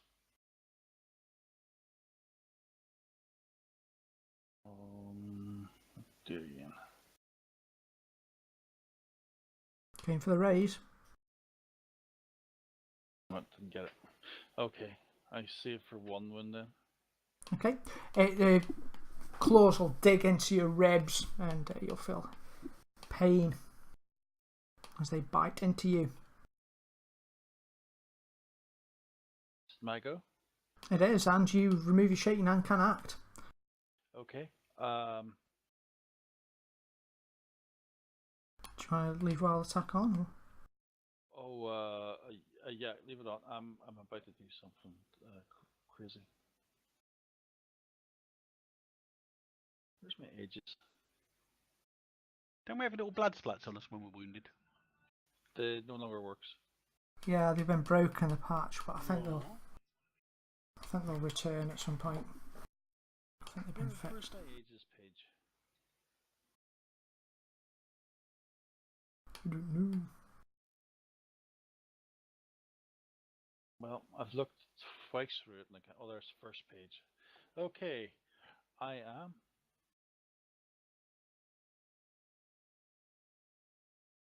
using that. And I've just learnt the thing called improved nerves of steel. Oh, okay, that's good. Basically, you bite through the pain, willing yourself onwards. So if you want to drop that edge on your character sheet, it should do it for you automatically. I already did it. Ah, great, thank you. That's why I was trying to find where it went. I was like, where is this? It's moved. Okay, let's attack this girl.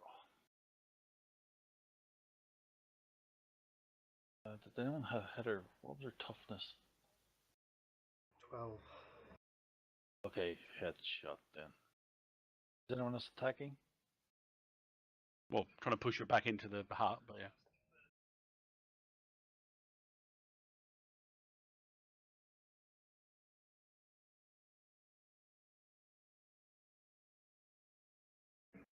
Done. A headshot as well, damn you. Pretty shakes her though. Oh, it didn't do the +4 damage for headshot. It didn't, so that's a wound at least. 19. Yeah, it just takes it to 1 wound. Let's try and Benny that, shall we? No. No. No. Crazy vigour. Yeah, she bennies it, but that's her last Not Benny. shaken anymore either. This thing you realise as you sort of fighting it looks insanely powerful. Doctor, where's your lovely weapons of awesomeness, you lazy man? Get back here. We need to force her back into the hut. I'm going to leave the soldier to it. And I am going to move closer.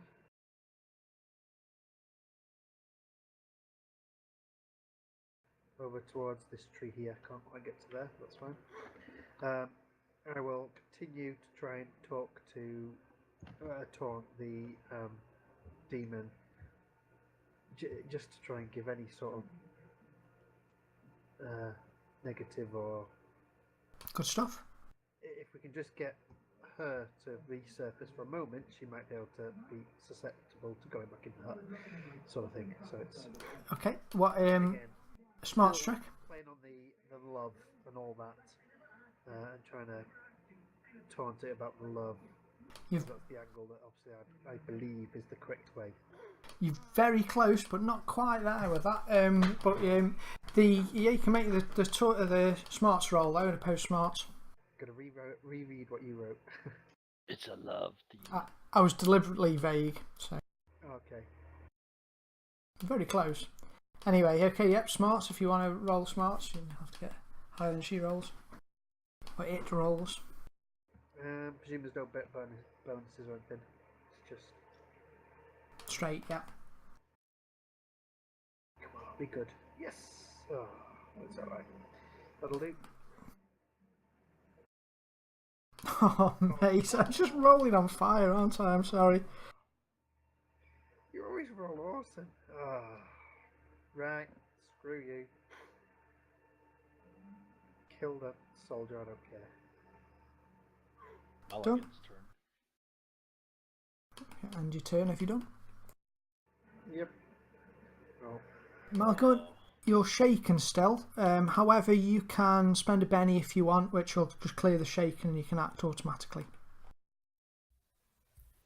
It's probably worth it. Okay. Yep. I'm going to drop a Benny in the chat box, and yeah. I've cleared your shaken for you, so off you go, a normal turn. I'm going to try and get inside the hut, actually. Alright. Take some cover.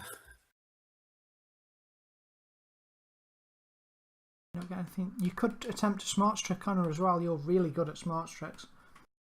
At what? Smarts tricks. You can try and bamboozle her, confuse her, something like that with a smarts trick. You're very good at them with D12 and smarts.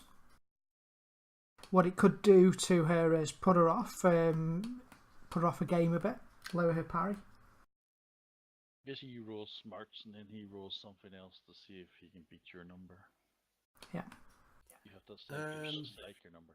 You have to tell me what you're doing as well. The classic one is, look, there's someone behind you, that kind of thing.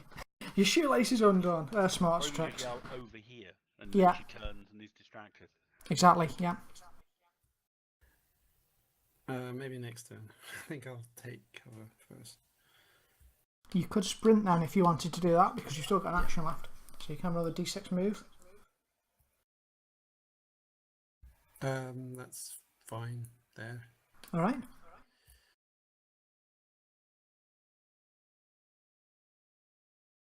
Oh, me again.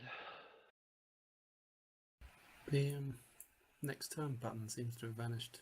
That's alright, it's already advanced to the next turn. Sorry, I did it. I was getting excited. Okay, I don't think... I'm going to stay on wild attack, but I don't like the idea of me being on wild attack. This is not going well. She must be out of Benny's by now. You are stronger than Johan, significantly, aren't you? I forgot the +1 stuff I meant. Headshot again.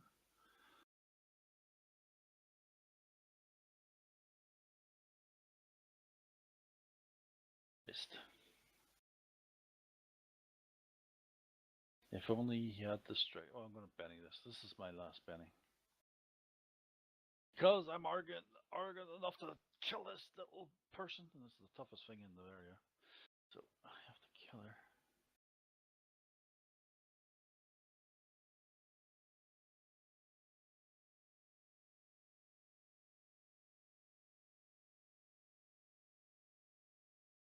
That's it. Over. Now he turns over. Oh, if only someone made it easier.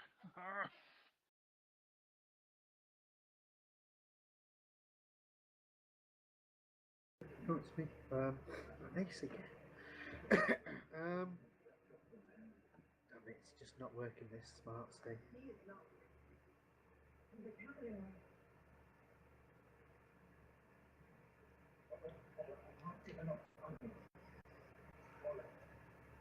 Third time you're on as yet. About getting her into the hut. We can't kill her. Well, we can't kill her bit was the first time. I'm trying to get her into the hut. I'm trying to, well, hey, It's not you he's yelling at. aid, yeah. On the plus note, she has spent bennies now. Cannot get past her smarts. Keeps exploding. Do you not have a missile weapon? Is it possible to do like a team event where you can all try and push her into the... Well, it's ganging up on her. We just all use the push action. Or, I position myself in the next to her. I was going to attempt that. Those are going to be dead by that time. That's fine. I can't reach her, so I will go there, or I can reach her next turn if need be. Again, I'm going to attempt to do the exact same thing I've done every turn, and still trying to get through to, or put off the demon to enable her to come through. So I'm nearly there. Love will save the day, so it won't. It's not. Might shout Johan, give her a kiss. He's not going to do that. Even though it might work, he's not going to do that. Okay. And if it would work and he's not going to do that, I'm going to claim a Benny. Marcus, you're a horny young thing. Give it a kiss. Right, I will. Yeah, same thing. So smarts. If that's okay. Mhm. Come on. Oh, for God's sake. No, last Benny. Here we go. You sure you want to spend your last penny? No, I'm not sure. But I'm gonna. Right. Oh, poo. No, I shouldn't have, should I? Oh, come off it. Just beats I it. did a bad roll. I did even worse roll. Don't know if you want to move your turn on. Oh, yep. What was that noise? Sorry, it's my sad trombone noise for him. I'm stood right in front of it, yeah? You are? Again, purely for effect. It's not in any way, shape or form to maintain a grapple on her. But Johan reaches out in an attempt to grab the young girl's face, look her deep in the eyes, and basically a heartfelt plea. Your father loves you. Jacques loves you. You have to fight this creature. And I'll attempt to charm again. Okie dokie. I'm only getting the +2 for charisma on this one, so a 7. So I'm assuming it's going to be opposed in some way, shape, or form. Yay! Still succeeded. You'll see again a flickering in her eyes as her pupils try to stay back. This time though, you get a reedy voice and say, "I can't kill me," and the eyes go to black again. We're incapable of doing so. We're not strong enough. Hopefully her father heard that though. So that's all I can really do because I'm not about to. Actually, you know what I'll do? I'll skirt around her to essentially leave a clear line between her and her father, not wishing to get between her father and his daughter in their final moments. Mm-hmm.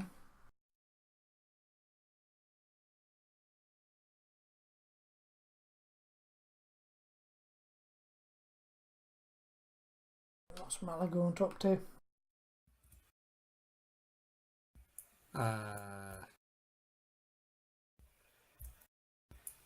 Take it there's nothing of interest in this cabin.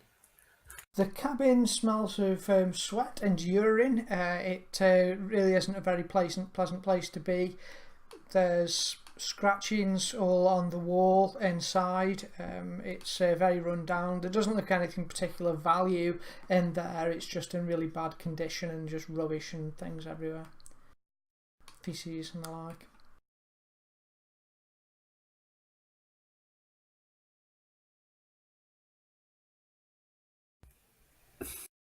Can I throw something at her? Yeah. I'll look around for something to throw. Yeah, there's plenty of various items there. You'll be able to pick up.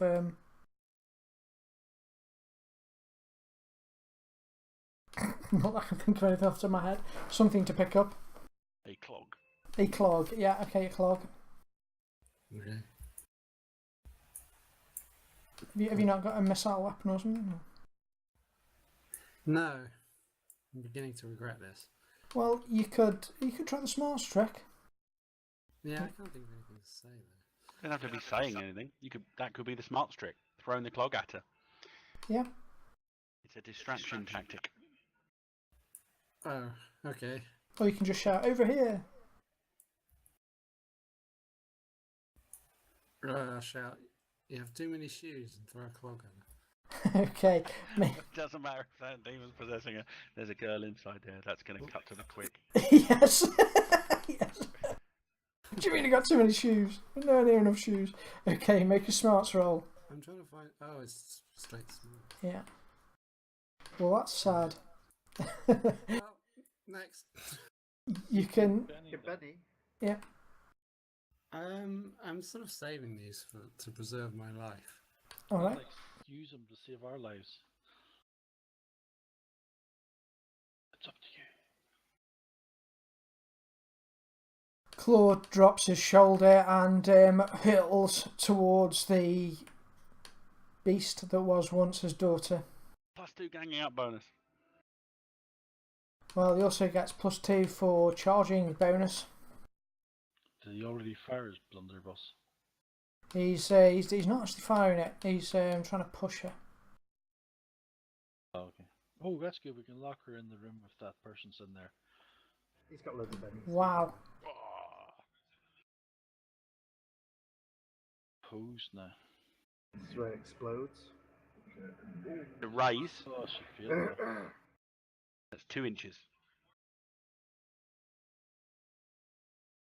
Pushes it back and he's like, damn it, Rosalind, damn you.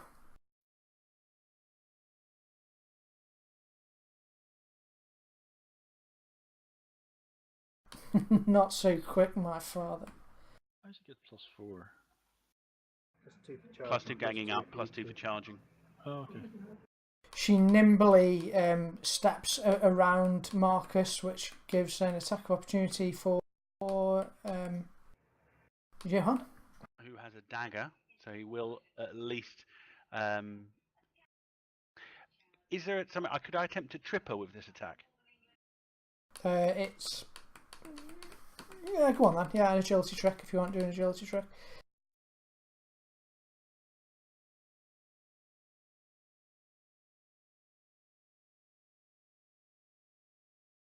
Oh, hang on, that should be a 7 because of ganging up bonuses. You only really get the gang up for melee and things, so you won't get Okay. it for. But so she just manages to avoid your foot as she rushes around there, and she will attack. Sorry, Marcus. I know, I expected to die. I'm just after you today. Okay, she hits. Yeah, I've used all my bennies. So It's okay, there's a doctor in the house. Don't worry. Oh, good.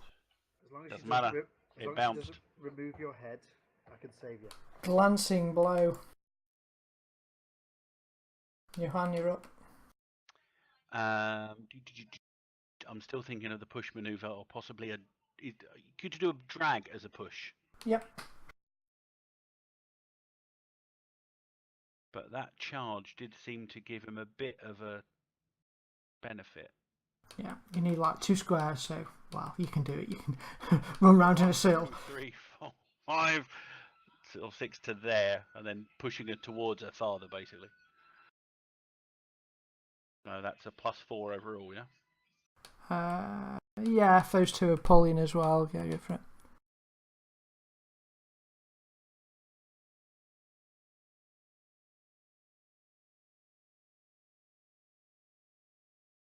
You happy with that? Now, can't do much about it. I've only got the one Benny that I'm saving currently. Oh, damn it.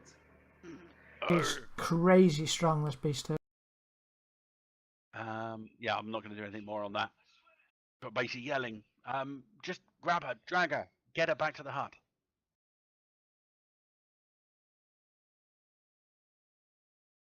And then... Right. Can I take wild attack off? Because it's scary. Mm-hmm. So, Mulligan's our leader, isn't he? And he's hiding in the hut, so that's probably the best thing to do. So, I am going to obviously move right here and do the pushing. All right. I was to make John get all upset. I have oh god, I've forgotten how to do push. It's just a strength. Okay. Do I get any bonuses? You're going to get a +2. +2. Will people move with her? So will Johan move with her as well if she gets pushed? Yeah. He is technically. Oh, well, yeah. Never mind. Beat that. Beat 3. Critical failure. What does that mean? It's an automatic failure anyway. A crit failure. It doesn't matter what the. So think of something nasty to happen to yourself. I pushed Johan instead. No. Okay. She should still roll in case she gets a crit fail. Yeah. Oh, okay. Yeah, and they both just fall over. She's not going to. You've been rolling too well this evening. I push her, but I notice I might Yeah. get my hands on her chest, and I go, oh! Yeah. Yep. That's pretty much what happens then. 3 arms.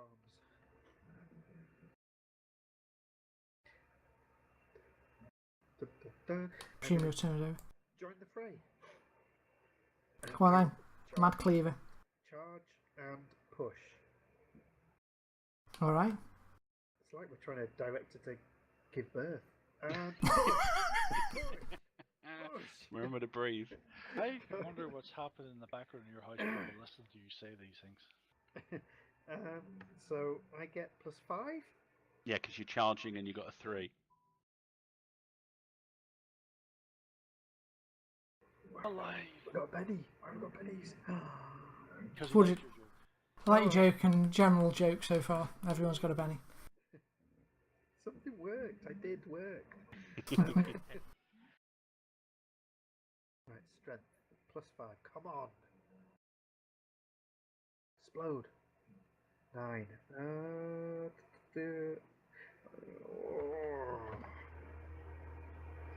Just got a 13. I'm Well, gonna she's risk rolling it. off a d12 +2.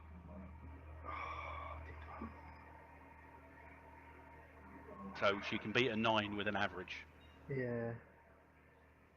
But I would need to get a 5 or 6. But you're on 2 dice. Yeah.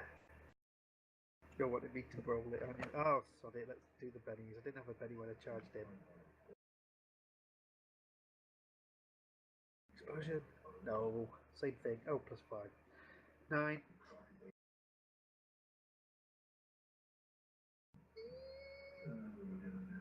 Yes! It's only 1 inch, but it's 1 inch. You can move back 1 and follow up. Do we all follow up? No, technically just you, otherwise it'll be a bit complicated. But they can on their go. I don't want to follow up then. Well, you don't have to follow up, you can just push her back, actually. He can't move her. You I can can't move move her. Yeah, so move a 1. That's it. Oh, that's 1.5. Yeah. Oh, no, I don't want to follow up. Sorry. I'll be right now. She's next, so no chance. Well, that means she'll just move backwards, back to us again. Oh, Well, if she moves away from her father gets an attack. she can still move. If she moves away from Where us, she was. she's closer to the hut. Which is Oh, good because sorry, I'm going Mulligan's in. in there ready for with a special thing he's been saving for ages. I'm going to plug that gap there. So she can't go back to where she was and the push was pointless. Very brave. I know. stupid, more like follow through with the push. Okay, so you're if you want to end the turn, if you're done. Oh yeah, sorry. No, can I not? So that it can't be her turn. Just stay here forever. No, sorry. I'm just gonna Before procrastinate we for a advance bit. too much, does anyone have any adventure cards that they could use that might impact this? All used. What, before they kill me? Yeah, I've only got Windfall left, and I can't use it anyway. So I used all my What's cards Windfall to do? totally destroy him, and Skellen decided to roll all these big dice and cancel them out. I've got one adventure card, but no help in this situation. It might be helpful afterwards. to hit the doctor. Her claws flail out at you, Doctor. Ooh, you get away with it. Shaken, not But stirred. not stirred. And then she moves. I get an attack.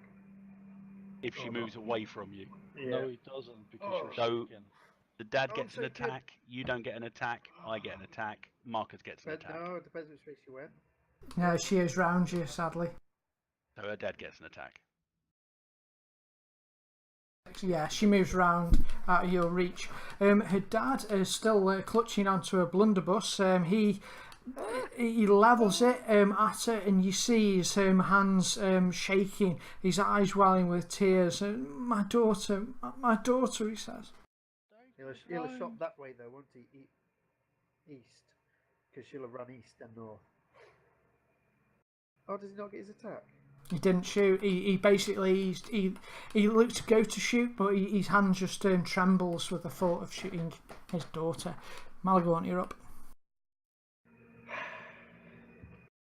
I've thrown the other clog. Here's the other one. Okay, smart trick. Oh, see, I told. Oh my goodness. See, I told you were good at that. If only you'd done it earlier when it was useful. That'll still be useful now. Not really, if she goes first. Then... Okay, so that's that with a raise, which means that her parry goes down 2 and she's now shaken. So she's easier to hurt. Yeah, sadly it doesn't go any further. A lot of things only cap at a raise in this. It's only. How did she get injury? Because I pressed the wrong button, so I was you get excited. But she is tricked.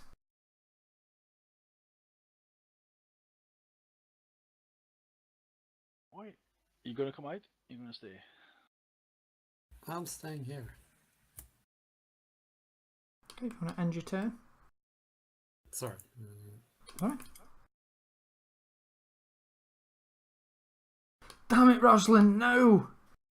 And he'll sort of look at you. You fools! You fools! I had it all under control. My daughter had it under control. I was protecting her. Oh, damn it, he gets a joker. And goes first. He steps forward one, and he's saying, Rosalind, please. And he aims the blunderbuss towards her, his hands shaking. Just doesn't look like he can summon up the inner will to pull the trigger on his only daughter. Doctor. Am I up? You recover from shaken and you can act. Is Normally. his go essentially over, or Yeah. could I try and convince him to pull that trigger because he's a joker and so therefore still pull the trigger in this round? Go ahead if you want to try and convince him. Good idea, actually. Might join you on that. What's he... I am going to taunt him into it. Taunt? Okay, what are you saying? I'm going to taunt him about that he's too weak to free his own daughter. You're not protecting her. You're enslaving her. You can't cage a demon like this. You're too soft and yellow-bellied. In fluent Reichspiel, obviously, to a Bretonnian. Okay. Well, in the interest of it, yeah. Okay, make a taunt. That's alright, he can understand you, oddly. Come on. Oh, he'll do. Taunt goes against his smarts, which probably isn't too hard. Come on, to go. Let's do 6. Oh! Only because of the Joker bonus. Oh, yeah. Super. Unlucky. He stops though and sort of looks at you. You see like something is registering in him, but he looks across. Johan. Monsieur Claude, he is correct. That thing ceased to be your daughter. If you love your child, if you loved her mother, and if you love all that is left of her still, you have to do what needs to be done. Do it with love in your heart. And I'm going to attempt exactly the same thing, but with charm instead of taunt. Sounds like you were singing a song. I don't have charm. Do it now before it's her turn. Do you know what? I'm going to spend a penny just in case I can get the explosion. Come on. No, Oh, it's a 7. But it's still a 7.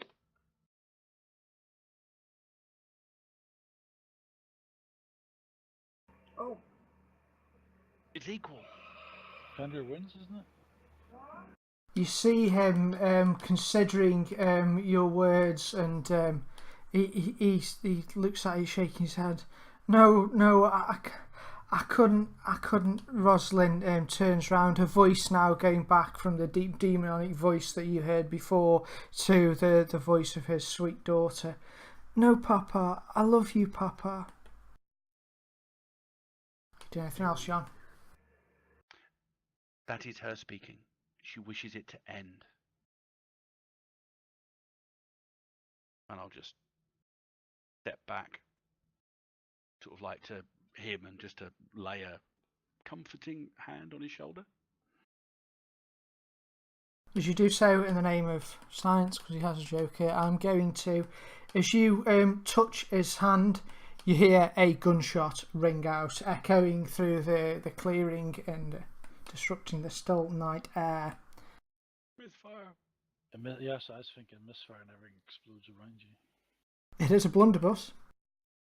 He does have bennies though. That's loud. Yes, pennies?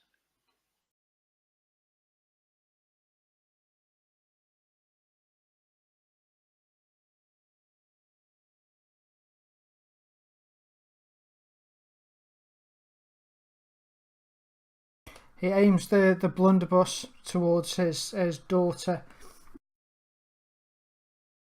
who really wasn't expecting her father to ever pull the trigger against her, though the demon wasn't expecting it.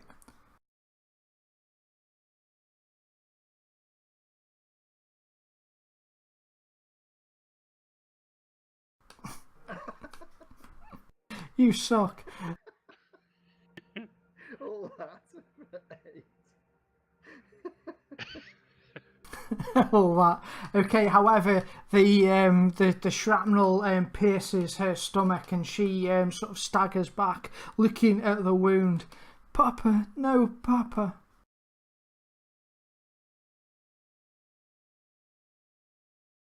She sort of just staggers backwards a couple of steps, holding her bloodied stomach. She can't act because she's didn't get high enough on the shaken, so she can just stagger a bit.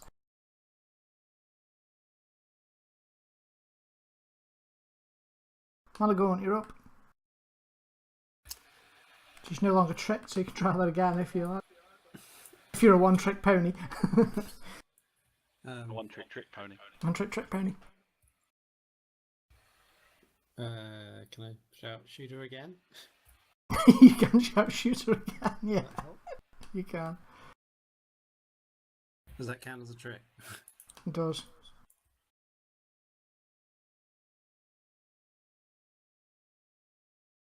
That sucked. Do you want to Benny it or? No.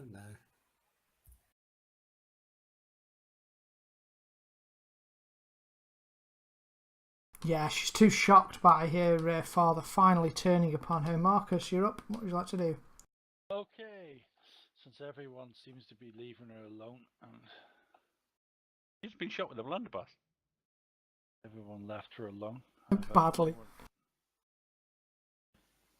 And she's just voiding all my attacks. I go, I don't know. I don't know what I'm doing. Right. bummer. I'll just I thought you were doing a smarts trick and you were like pretending to be on death's door or something. Well, that was like the classic, terribly over dramatic dying goblin sort of thing. Oh, wait a minute, I'm just looking at the things I can do.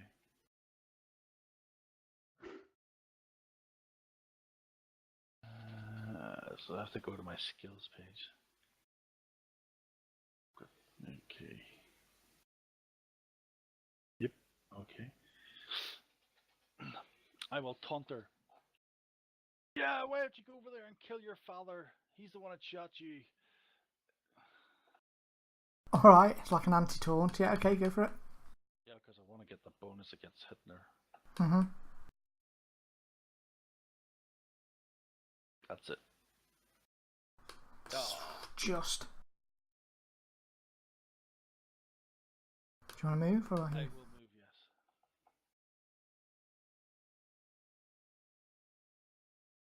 There we go. Why that arrow keeps on popping up, it's weird. I'm gonna hold next. Doctor? Right. Seems like the father's now shot it. I'm going to attempt a headshot. Alright. Because -4. I am. Well? Oh, yeah. Mhm. Failing to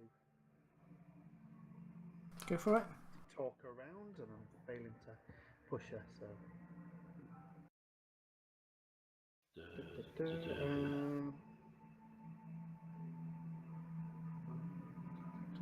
Where's headshot? Oh, there.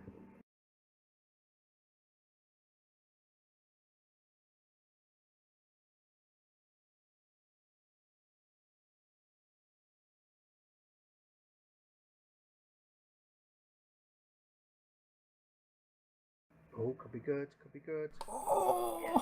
Headshot with a raise. And you've got +4 damage on this.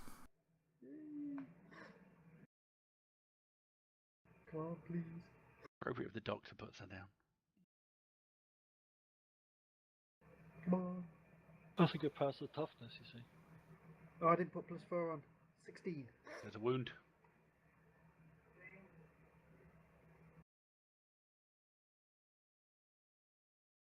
You hit her with a spectacularly good shot, which basically cuts through the side of her face, scrapes along her cheek, and sort of rips off part of her ear. And I've completely forgotten actually the hit location table.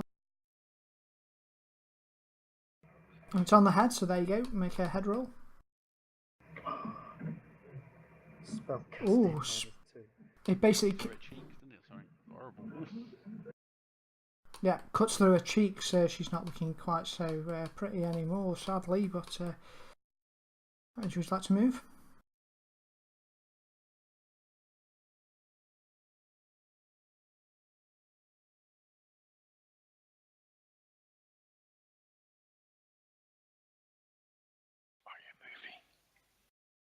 Oh,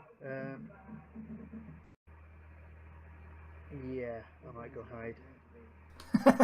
Run away after hitting her.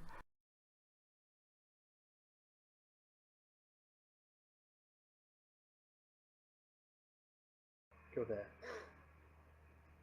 She just took that one then. She's on -2. I've got my bow out from when I took it out to shoot Malagaunt at her command.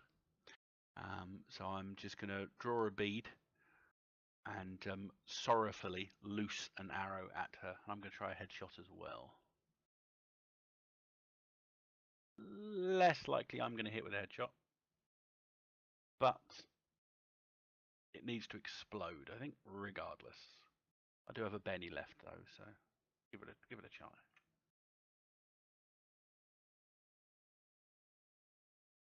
Reroll the Benny. Oh, hang on, this doesn't have the head. Let's do that properly. Put the headshot back on.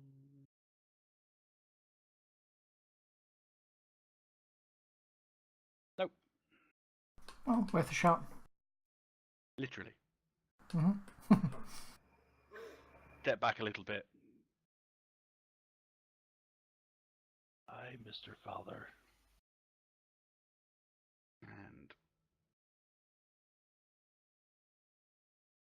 Yay, she's remaining shaken.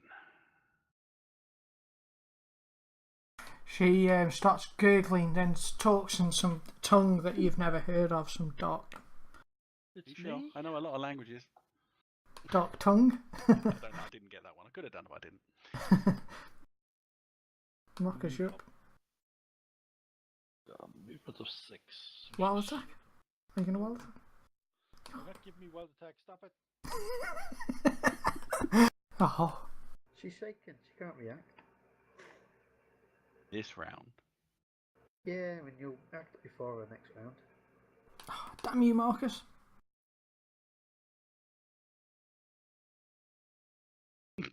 No. I should have took no mercy. She laughs at you. You don't love me. God, we've only just met.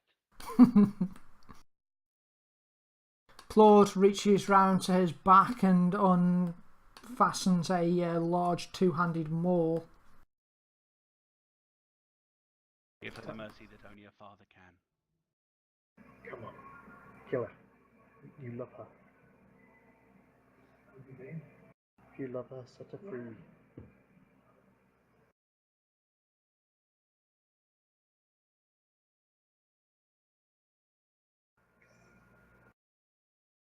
Hits with them all. Let's Benny that.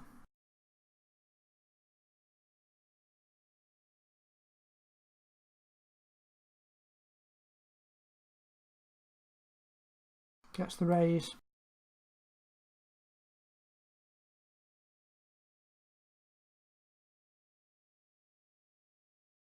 Ow. It appears like his blows were doing more damage than. Doubled. I keep spotting that. I know why. Loved her. Yeah. No. As he advances, she holds up both arms to him. No, Papa, Papa, no, I love you, Papa, she says.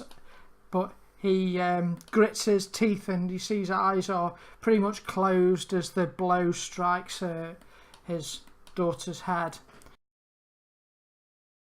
cracking her skull, and she falls down to the ground, and an eerie silence, squelch, an eerie silence falls across the glade. Punctuated only now by the sobs of her father, who drops the maul to the ground and collapses to his knees.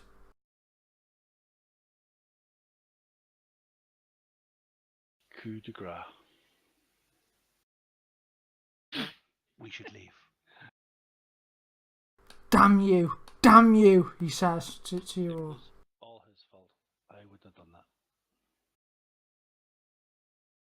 Damn you, my beloved daughter. He staggers off. Leave you in your grief. He leans over, picks up the blunderbuss. Are you guys heading off? I walk over Does he to the reload? door, close it, and start hammering in the thing that locked that door. You should get rid of Malagorns. I'll tell him that he set her free.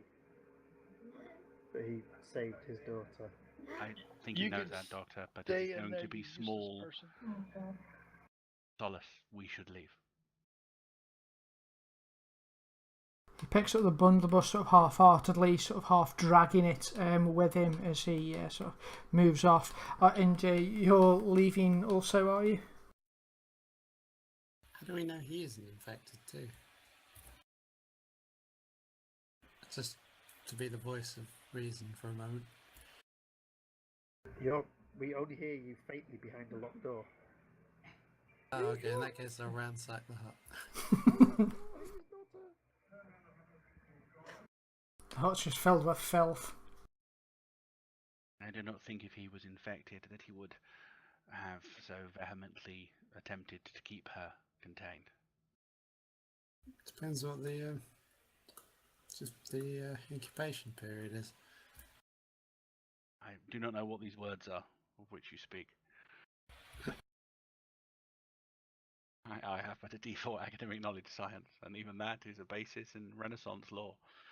Are your humours imbalanced? I do not understand. You can try a knowledge magic if you wish. It's one thing I've not studied, being a Puritan and all that.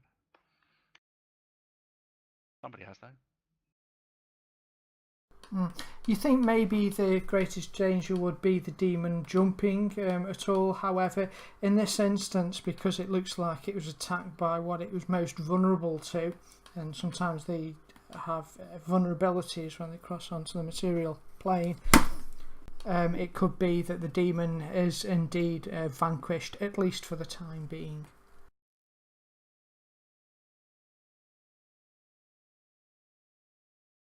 How did you get rid of wounds?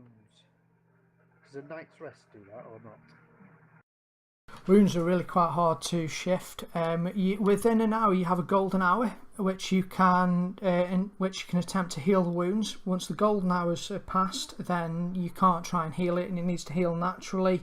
And you get a vigor roll every 5 days to try and heal wounds. So they can be. Do you gain anything for a full night's rest? What does a full night's rest do?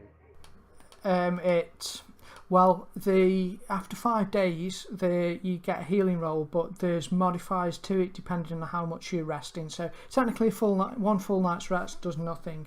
But fatigue and the like, though. True. Oh, sorry. Yes. I've got a card that allows you to gain a full night's rest for free. Alright. So it won't recover any wounds. Okay. No, it's most useful for spellcasters. That you gain power points back 1 an hour. Does anyone have fatigue? Just out of interest. Malagorn does. Malagorn does, yeah. He put his back out earlier. Might as well play it then. See, I'll do my little bit of doctrine on you. I'm the one with the actual wound. Can I look at their wounds then? You can indeed. And what do I need to roll? Claude disappears into the woods. Yeah, healing. It's a minus for every wound your patient has taken. And minus what? Sorry, minus 1. That's -1 for me. Sorry. Yeah. And do I get any bonuses for my tools? Is there a decent set of tools? No, rather meanly, you just don't get a minus. Oh, I don't know. Actually, I expect you bought him some really good tools, did you, Johan? Yeah, I did. Okay, go on. Have a +1 if you're using those tools.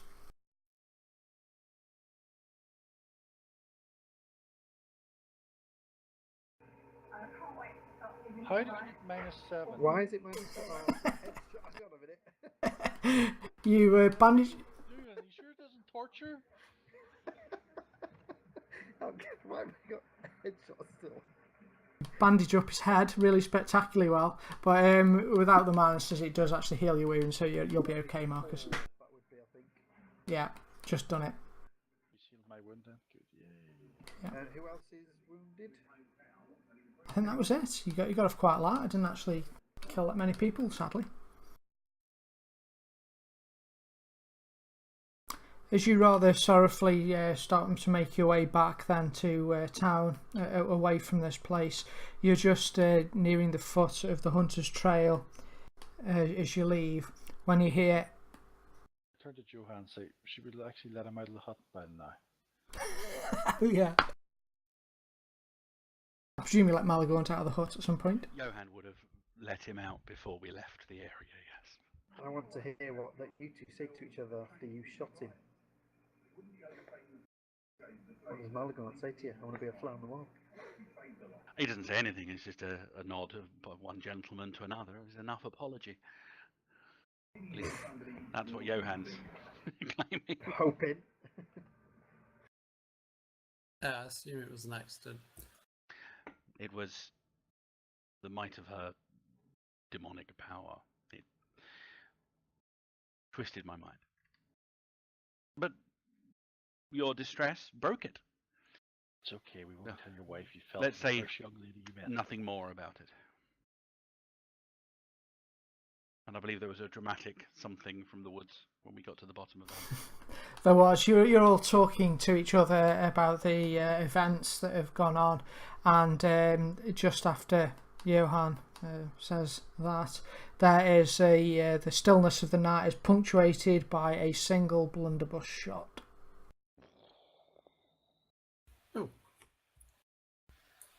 Do we know where it came from? Might be useful to have a blunderbuss. I think the forest would be too difficult to go into at night to recover it from his corpse. Let us at least leave him in peace. I won't go. And You get want it a with my torch. blunderbuss? I'll buy you a blunderbuss.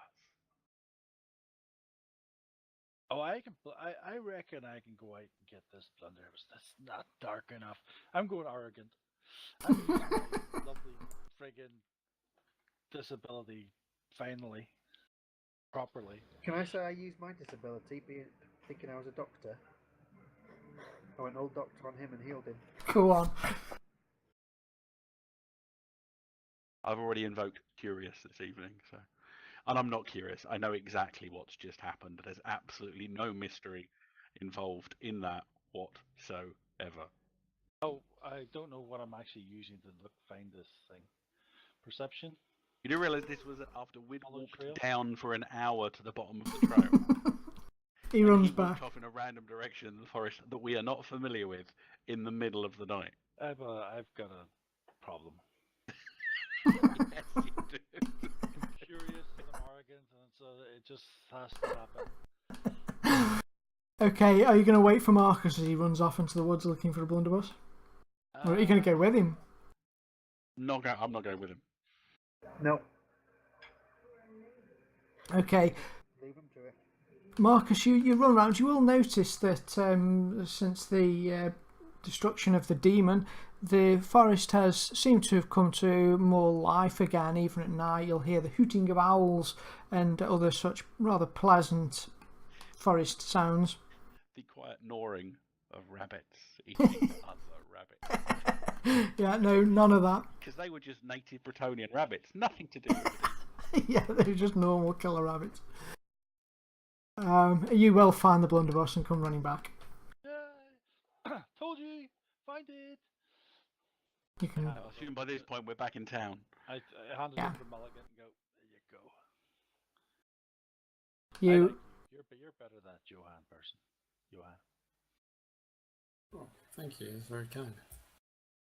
You do reach back to town, and you reach back. You get back to the docks, to your beloved ship, the safety of the Griselda. Is it just the Griselda? Griselda's bounty. Griselda's bounty. Yeah.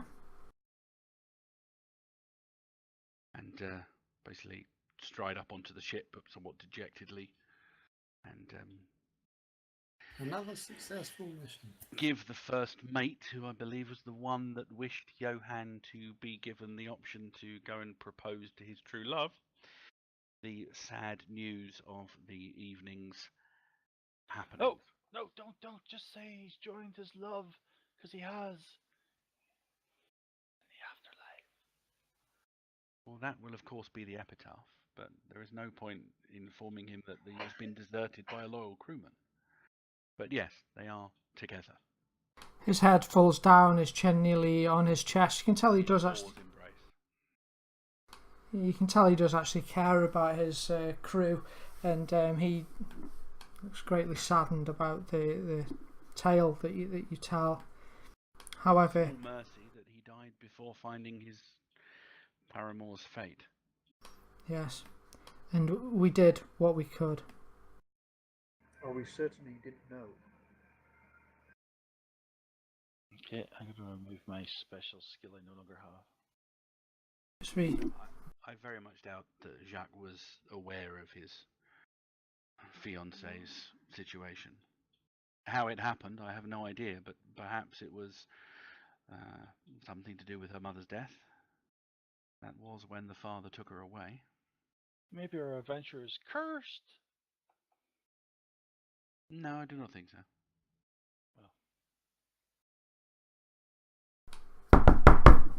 there's a rapping upon the captain's cabin where you are at the moment talking, debriefing. The door opens and Gino Caldera, the sailor, is at the door. Apologies for disturbing you, sirs. However, there is a group of knights here. They're at the entrance of the docks. They are asking to speak to the only noble here. I presume it must mean you know, Johan.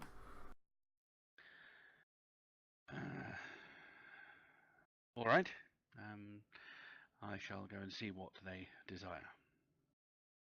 Oh, you're not nobility, are you, Malagorn? You're just a student, is that right? Not as far as anyone knows. Right. Oh, Johan would know.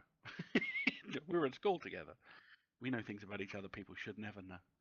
Yes, that you can only know by being at school with each other.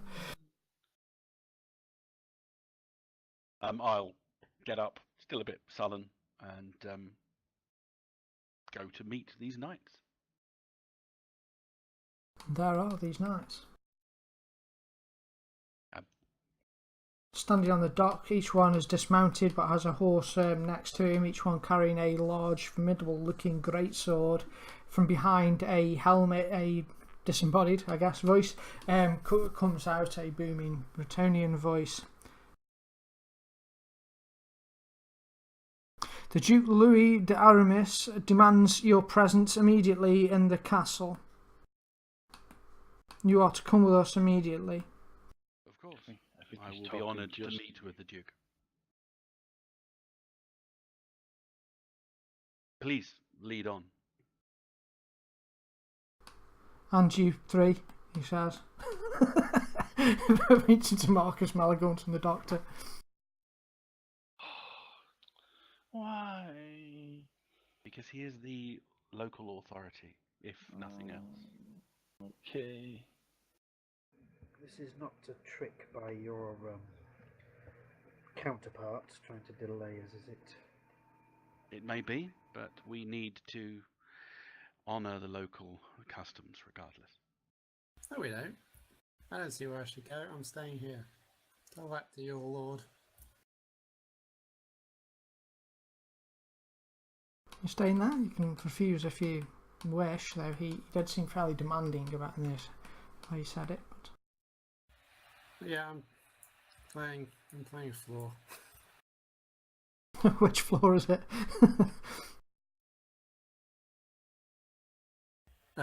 Rebellious. Rebellious, alright, yeah, okay, definitely, okay. That's certainly rebellious.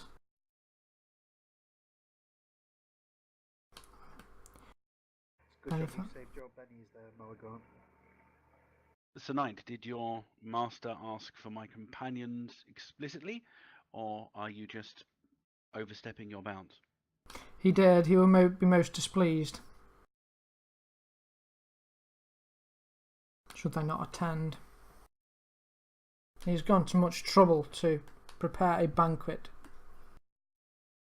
Ooh, Turn back to the others. Go It's a on. banquet, Malagorn.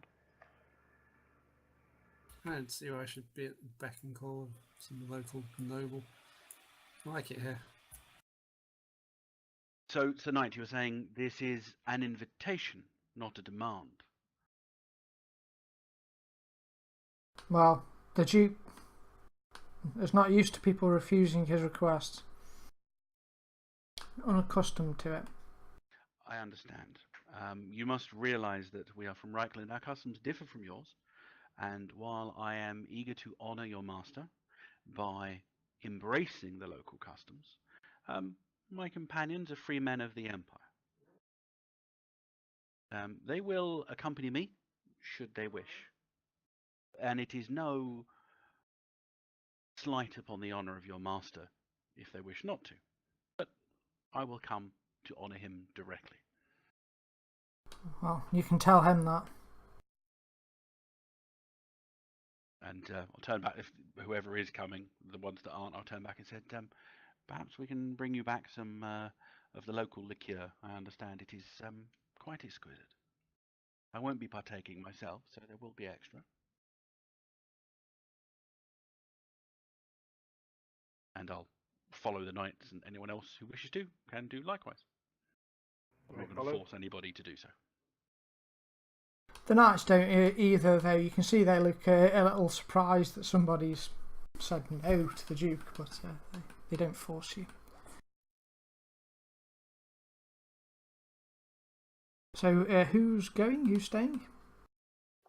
Marcus is looking, both of them getting very confused, going, you don't want me to go, I don't have to go, I have to make my own choice. I'll go. Sir Knight, how far is your master's castle? It is in the centre of Chantelon, and he sweeps a gauntleted fist and shows you can see the tops of it in the centre of the town. And they've got horses, yeah? They have, yeah. Okay, well, remembering that Malagaunt was actually successful in making some purchases earlier, but as it's night, they probably haven't loaded the horses onto the ship yet. Are our horses on the dock? Yes, they will be. Walk towards and mount the most magnificent looking of the motley grouping. The stallion and the mares are actually really good, fine horses. He's got a good buy there, but he also managed to get palmed off with an old nag and a young and not very broken and youngster pony foal. I'll mount the stallion then. Okay.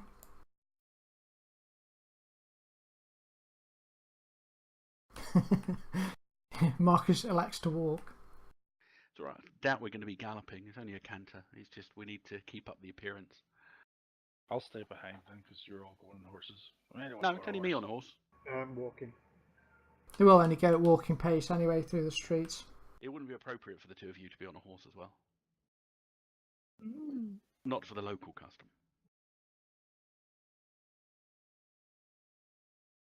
And you're just walking through.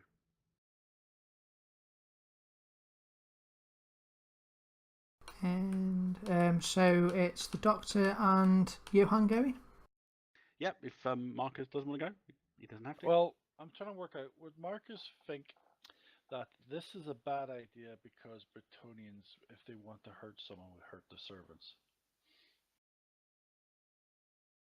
They don't care about anyone except the nobles. But you're in that weird middle place. You're not a serf, you're not a lord. No. So they're going to have issues dealing with you regardless because you're a man of the Empire. You're a free man of the Empire. I am literally out of game and in game so confused of what to do here. Well, it's a banquet. You've got free food. That's one route you can go. That's what I'm going. I'll go for the free food. And I don't like that music in the background. That music. Good music. God, it's dramatic.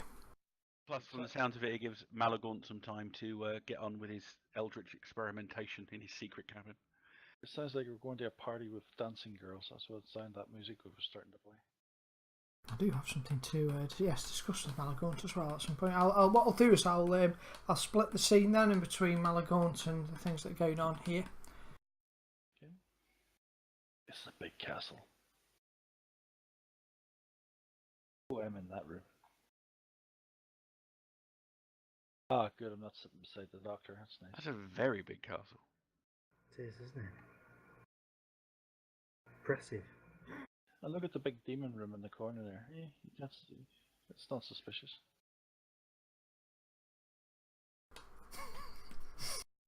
Nothing suspicious there. Nothing to see. Oh, what? Demon room in the corner. I was joking. It was just like. I thought you had seen something on the floor, like a eight-starred, 8-pointed circle or something.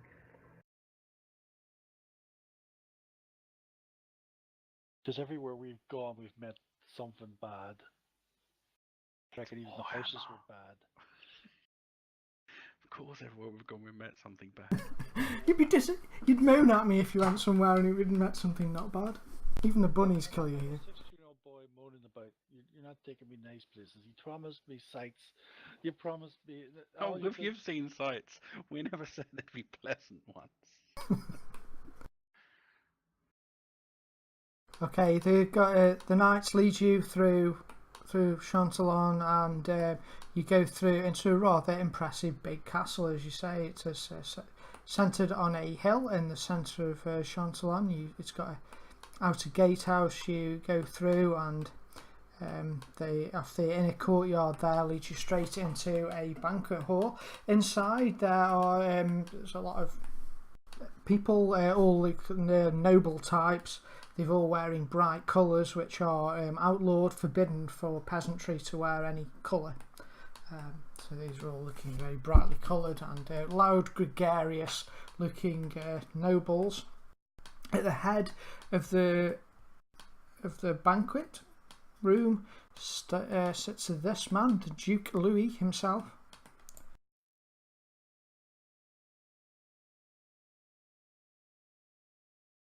He wears a rather impressive looking crown upon his head.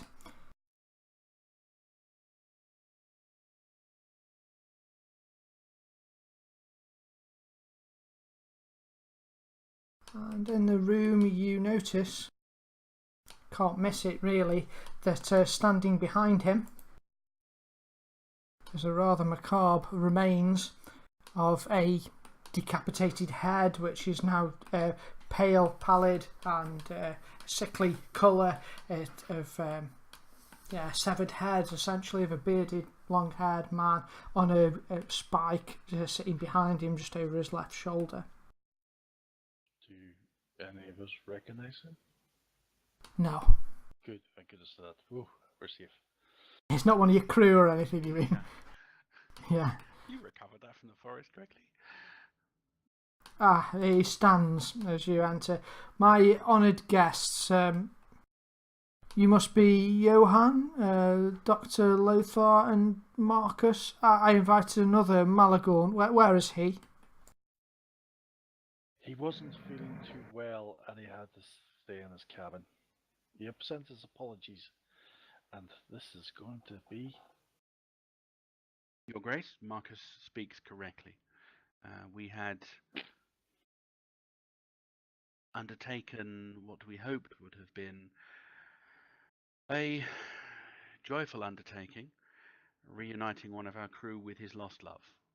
And it took my companion Malagaunt more severely than I would have expected. He sends his apologies and means no insult by it. He is a free man of the Empire, and as you know, we have different ways with our subjects than your good selves. Well, this is what you get if you employ a crew full of peasants, isn't it?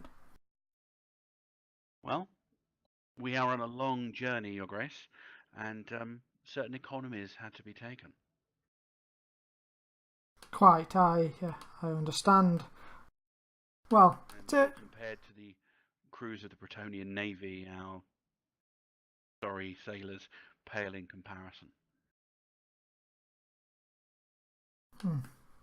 Quite. Well, take a seat. We will. We have been waiting to serve the food for your presence.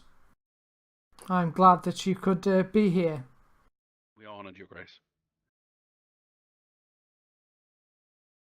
You sit down in a variety of downtrodden, miserable-looking, and quite frankly a bit scared-looking serving staff come in and begin serving out food to you. There's a lot of quite exotic food. It starts off with a starter, which is some sort of lark, which has been marinated. Another bird, which is stuffed inside another bird, which is stuffed inside another bird. You got it, yeah. That kind of thing. Head sewn on the front. Yes, spot on. That's pretty much the food that you get served. Where most of the myths of the weird and wonderful creatures came from banquets, where they decided, let's sew this on the front to make it look weird.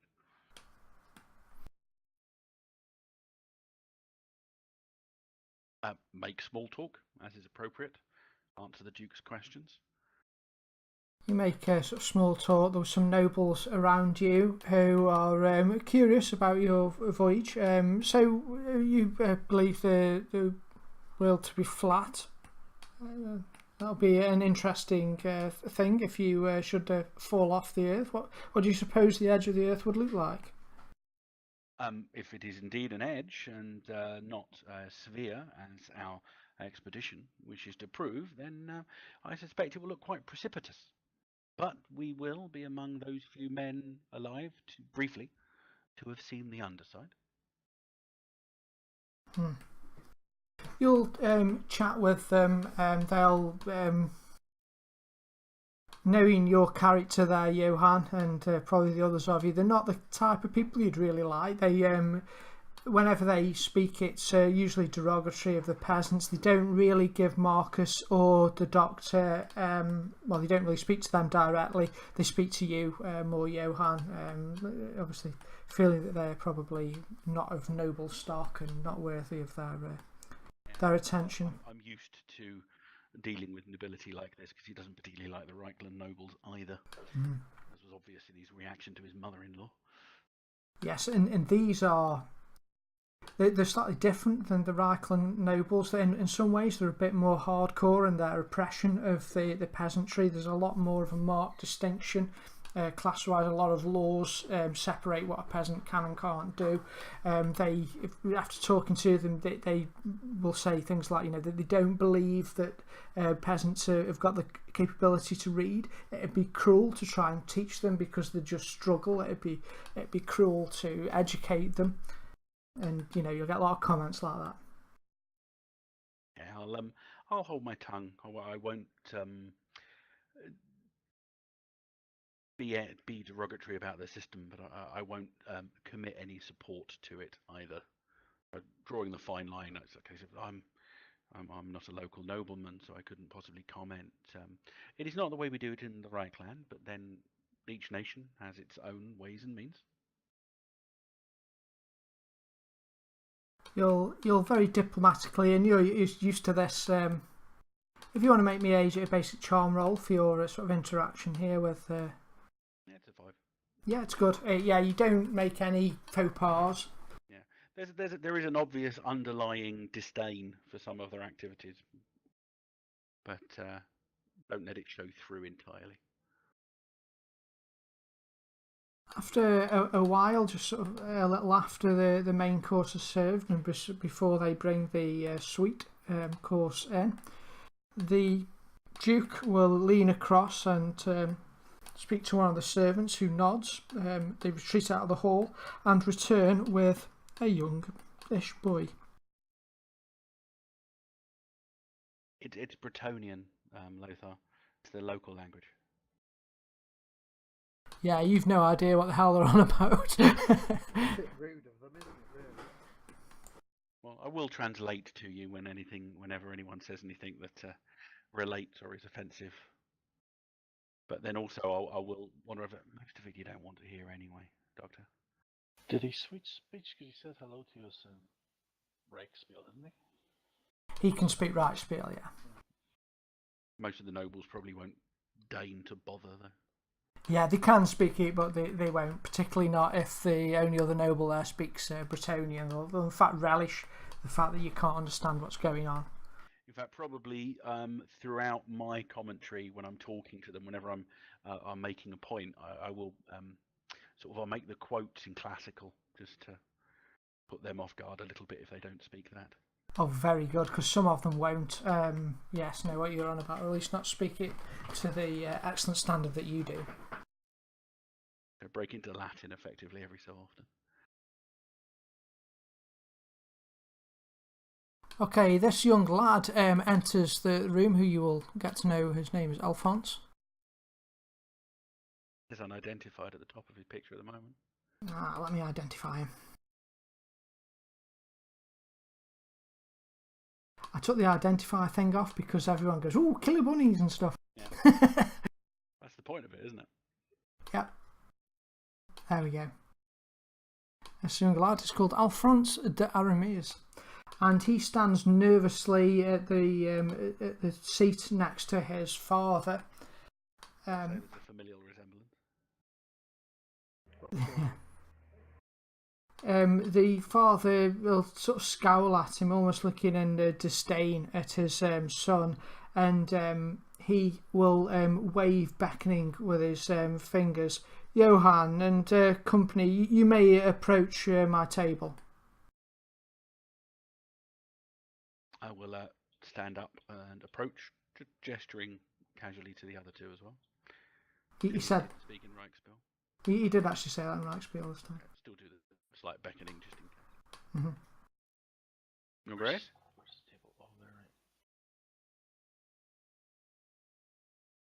what's the correct greeting for the son of a duke? Yeah, you're sitting next to him. Probably something like my lord. You just sat on the boy's knee. You can't sit there, his wife's sitting there. I've not mentioned her before now, but she's a rather downtrodden, sad-looking wife.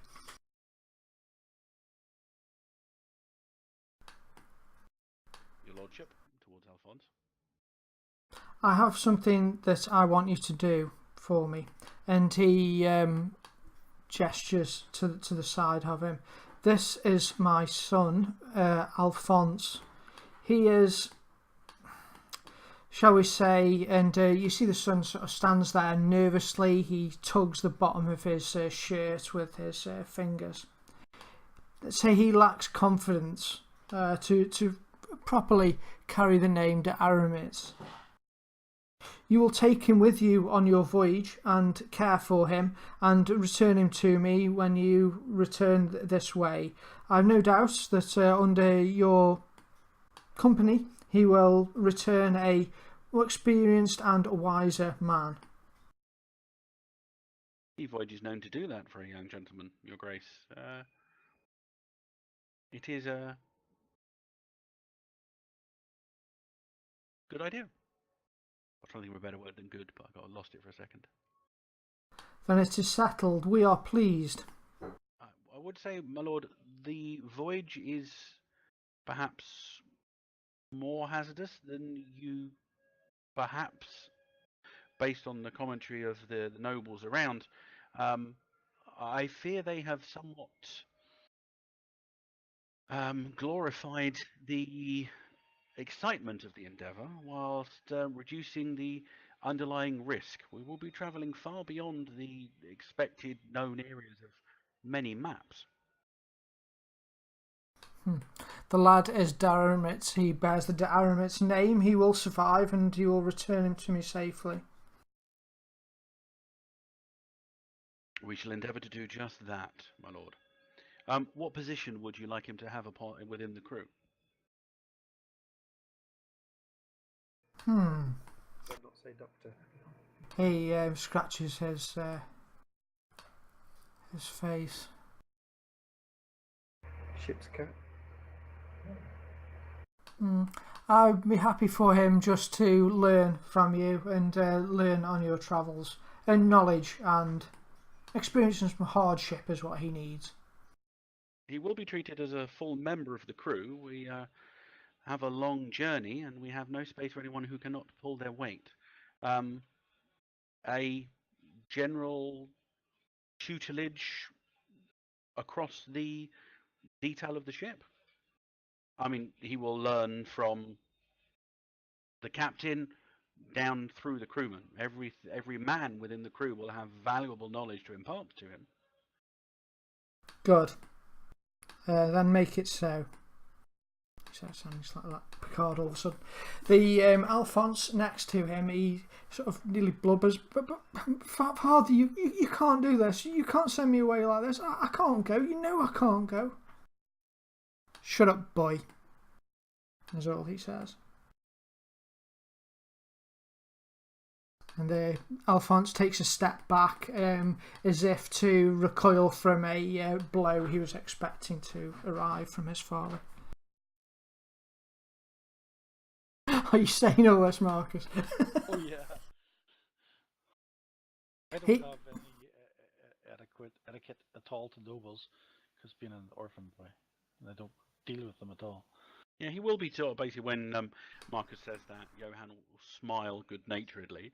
The boy will be taught how to defend himself. I'm sure that Your Grace, your Master at Arms, has already taught Alphonse the basics of jousting, the rapier. Have you read the rest of them, John? Of course, though he is not a natural talent.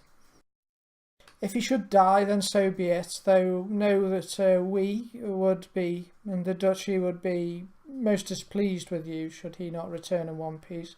However, I would expect you to bring back his corpse in that eventuality. Bring back the bodies that he would lay to rest within your family chapel, as is right and proper. What if we fall off the edge of the earth? What do we bring back then? as your nobles keep jesting. Well, if we fall off the earth, it will be impossible for any of us to return. So, Your Grace, you can rest assured that the only thing that will prevent us from him coming back is us dying in our entirety. Excellent. Then we will hope to see you on your return. The only good thing for Mulligan here is no one saw his face. My lord, will you be sending the boy with any equipment or expenses? Yes, I'll send him with whatever equipment he needs.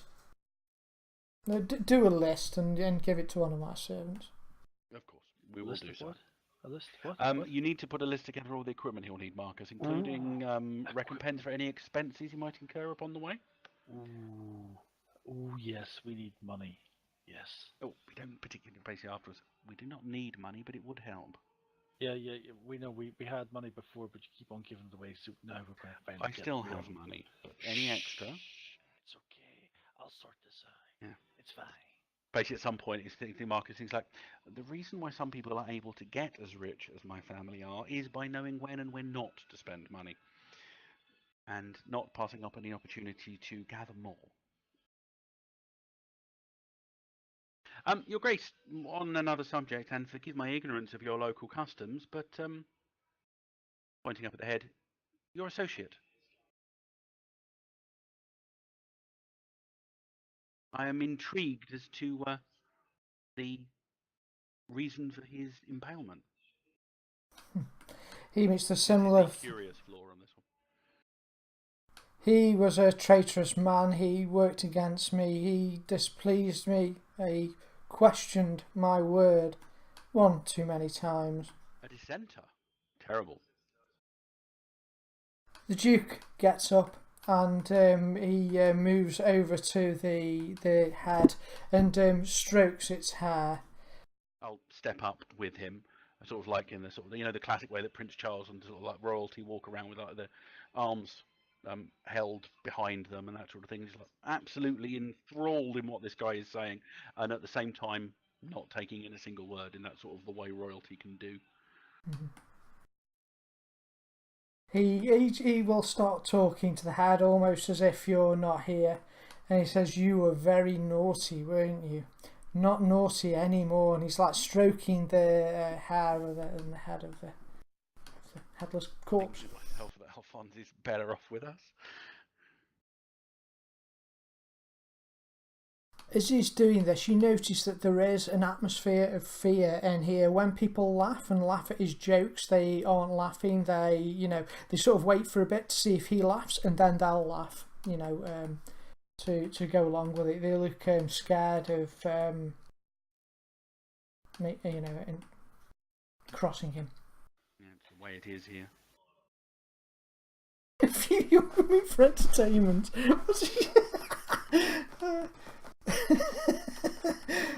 Marcus, your list involves plate armor for the boy, weapons of all types, 2,000 gold for food, a few young women for entertainment, lots of wine, silks and silk blankets. We'll review Marcus's list before it gets handed over. We're on a sea voyage, Marcus. While you are largely correct in a lot of your assumptions, most of this won't be useful aboard ship. You told me to make a list, and this is what nobles get. I know this. Yes, in a normal noble environment, you would be 100% correct. We don't have space on board ship for young women. Armor of that weight would cause him to sink like a stone should he fall overboard. I suspect that the money is probably going to be completely appropriate. Wine, good idea, but we're probably better off with some stronger spirits. The doctor could use those in addition. Why did you make the list then? Because I wanted you to be practical. So to that list, add practical things that you yourself might need, not necessarily that a noble would use. I start writing out the list and then start writing out plate armor, weapons of all types. On ship. So I just read it out because as a militiaman, I think armor is very important, and you've already told me I couldn't have armor, so I'm trying to get it near the child. I'm trying to get armor and weapons of all types. The silks and silk blankets is actually quite a good idea. If they do assign those, then those would be good trade goods.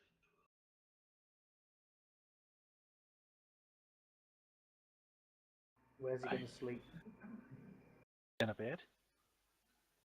Oh, on the other side? Have we got? Well, he would Cabin? Does he initially. have a He would cabin, initially. or does he have Oh one? no! I If he's just learning said- alongside the crew, he wouldn't have a cabin to begin with. No, there's a cabin. We just lost someone. He got his head chopped off. The navigator did not have his own quarters. He did. He was an officer, We've taken up the officers' quarters ourselves. but he had a bed. You know, he was an officer. That'll do him for now. That's what I just said. But put together additions to that, practical additions, beyond just the military. Warm clothes, sturdy boots. I come up with a brilliant list. I don't know what it is, but there's armor in there. It's honest and wet. Is it the heaviest armor possible, or is it armor appropriate for onboard ship, Oh, it's going to be full. or is it armor. a combination of between the two? I have to train this child on how to fight, so I've got lots. I'll get lots of armor. Weirdly, like he plate probably armor, does shield have his armor. own suit of plate armor, Yeah. being a Bretonian noble. Probably hates wearing it as well. Yeah, he will have, yeah. He will have these, yeah. Weapons and the like. I've got another skill point to get, so it's just leveled.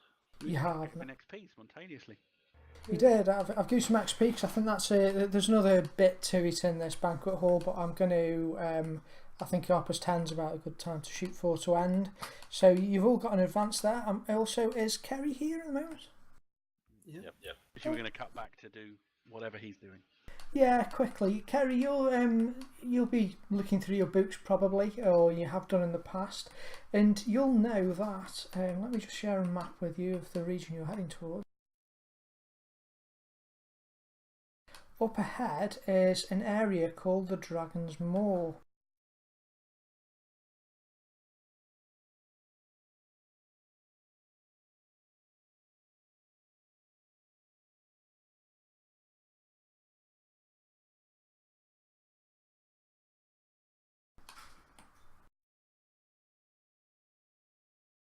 Hopefully, I'll share with you. So you can see at the moment you're in the delightful seaside port of Chantalon. She's off to on the right hand side there, and That promontory to go around, haven't we? yep, you can go around the promontory, and then there's an area called the Dragon's Maw, which is a lot of small individual islands, which you know are avoided by a lot of mariners. A lot of people who venture into there don't return. They're sort of a haven for pirates and the like, and there's supposed to be strange creatures that live in the Dragon's Maw. It's generally most shipping will skirt around it. However, in your books you also know of a tale of a powerful mage who existed around a century ago. He definitely did live. He definitely was a person, not a legend, as there are still some writings of his which are available.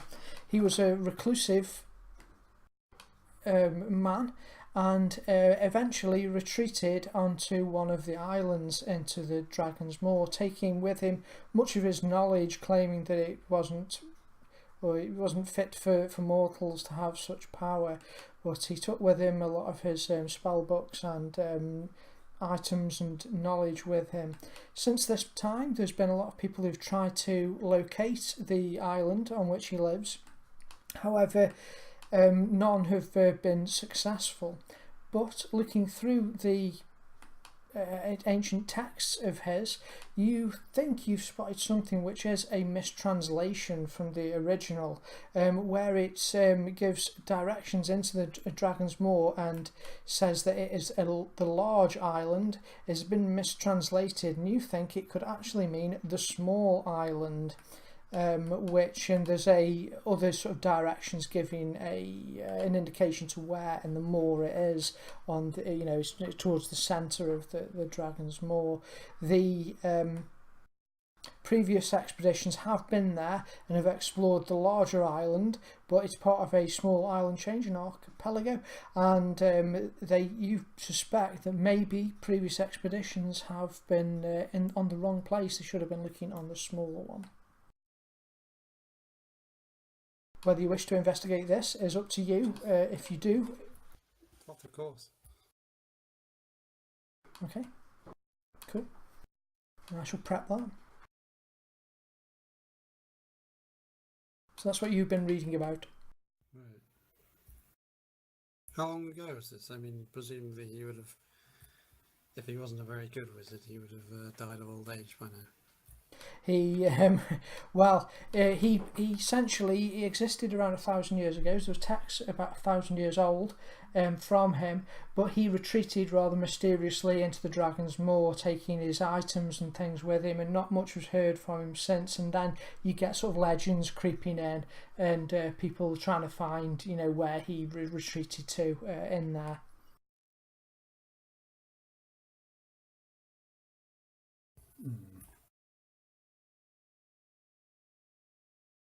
This intrigues Malagant.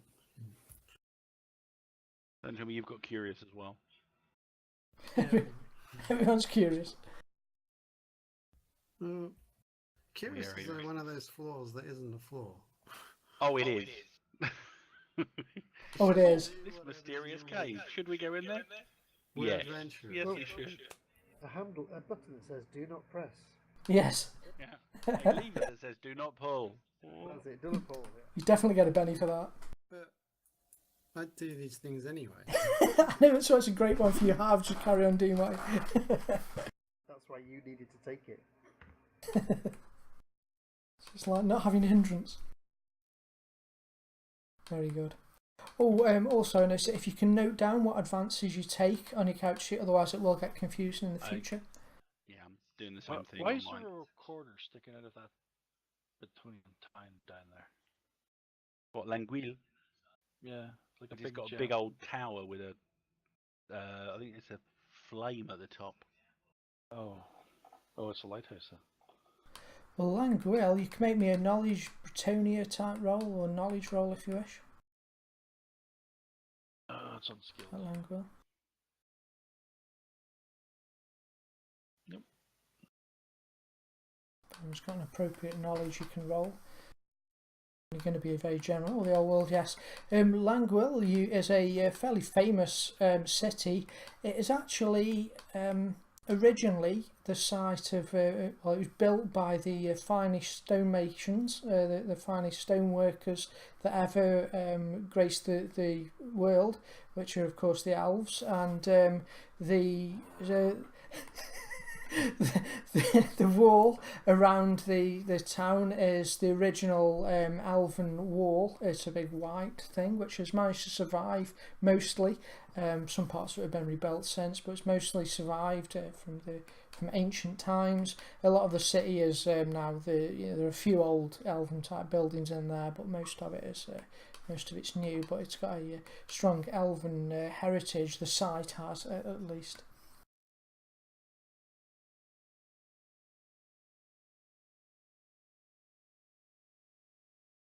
Don't forget to kill off. They Jax. can gas, but they cost twice as much.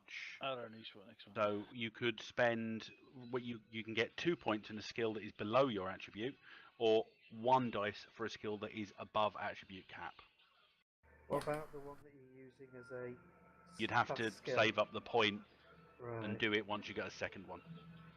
It can be worth doing sometimes, just putting like, if it's just one skill you want, in particular to release an edge or something, it can be worth just spending the extra, because you can only put up so many, you can only put up an attribute once each rank, so you don't get that many attribute advances.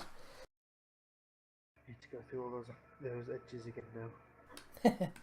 There was one you wanted, wasn't there? Was it Common Bond that you were after? You were working towards something, I think. That sounds good, but yeah. There was I the scavenger or something like that, wasn't it? Where you just Scavengers happen in to my have. pockets. Yes. That would be really useful. What about common bond run as well? Yeah, common bond. That's Well, one where you can spend bennies for other what's wild cards. requirements wild card? What does that mean? Us, player character. Okay. Oh, I need spirit D8 plus though. Well, can you get Would your people spirit find in the +1 to your spirit rolls to recover from being shaken useful?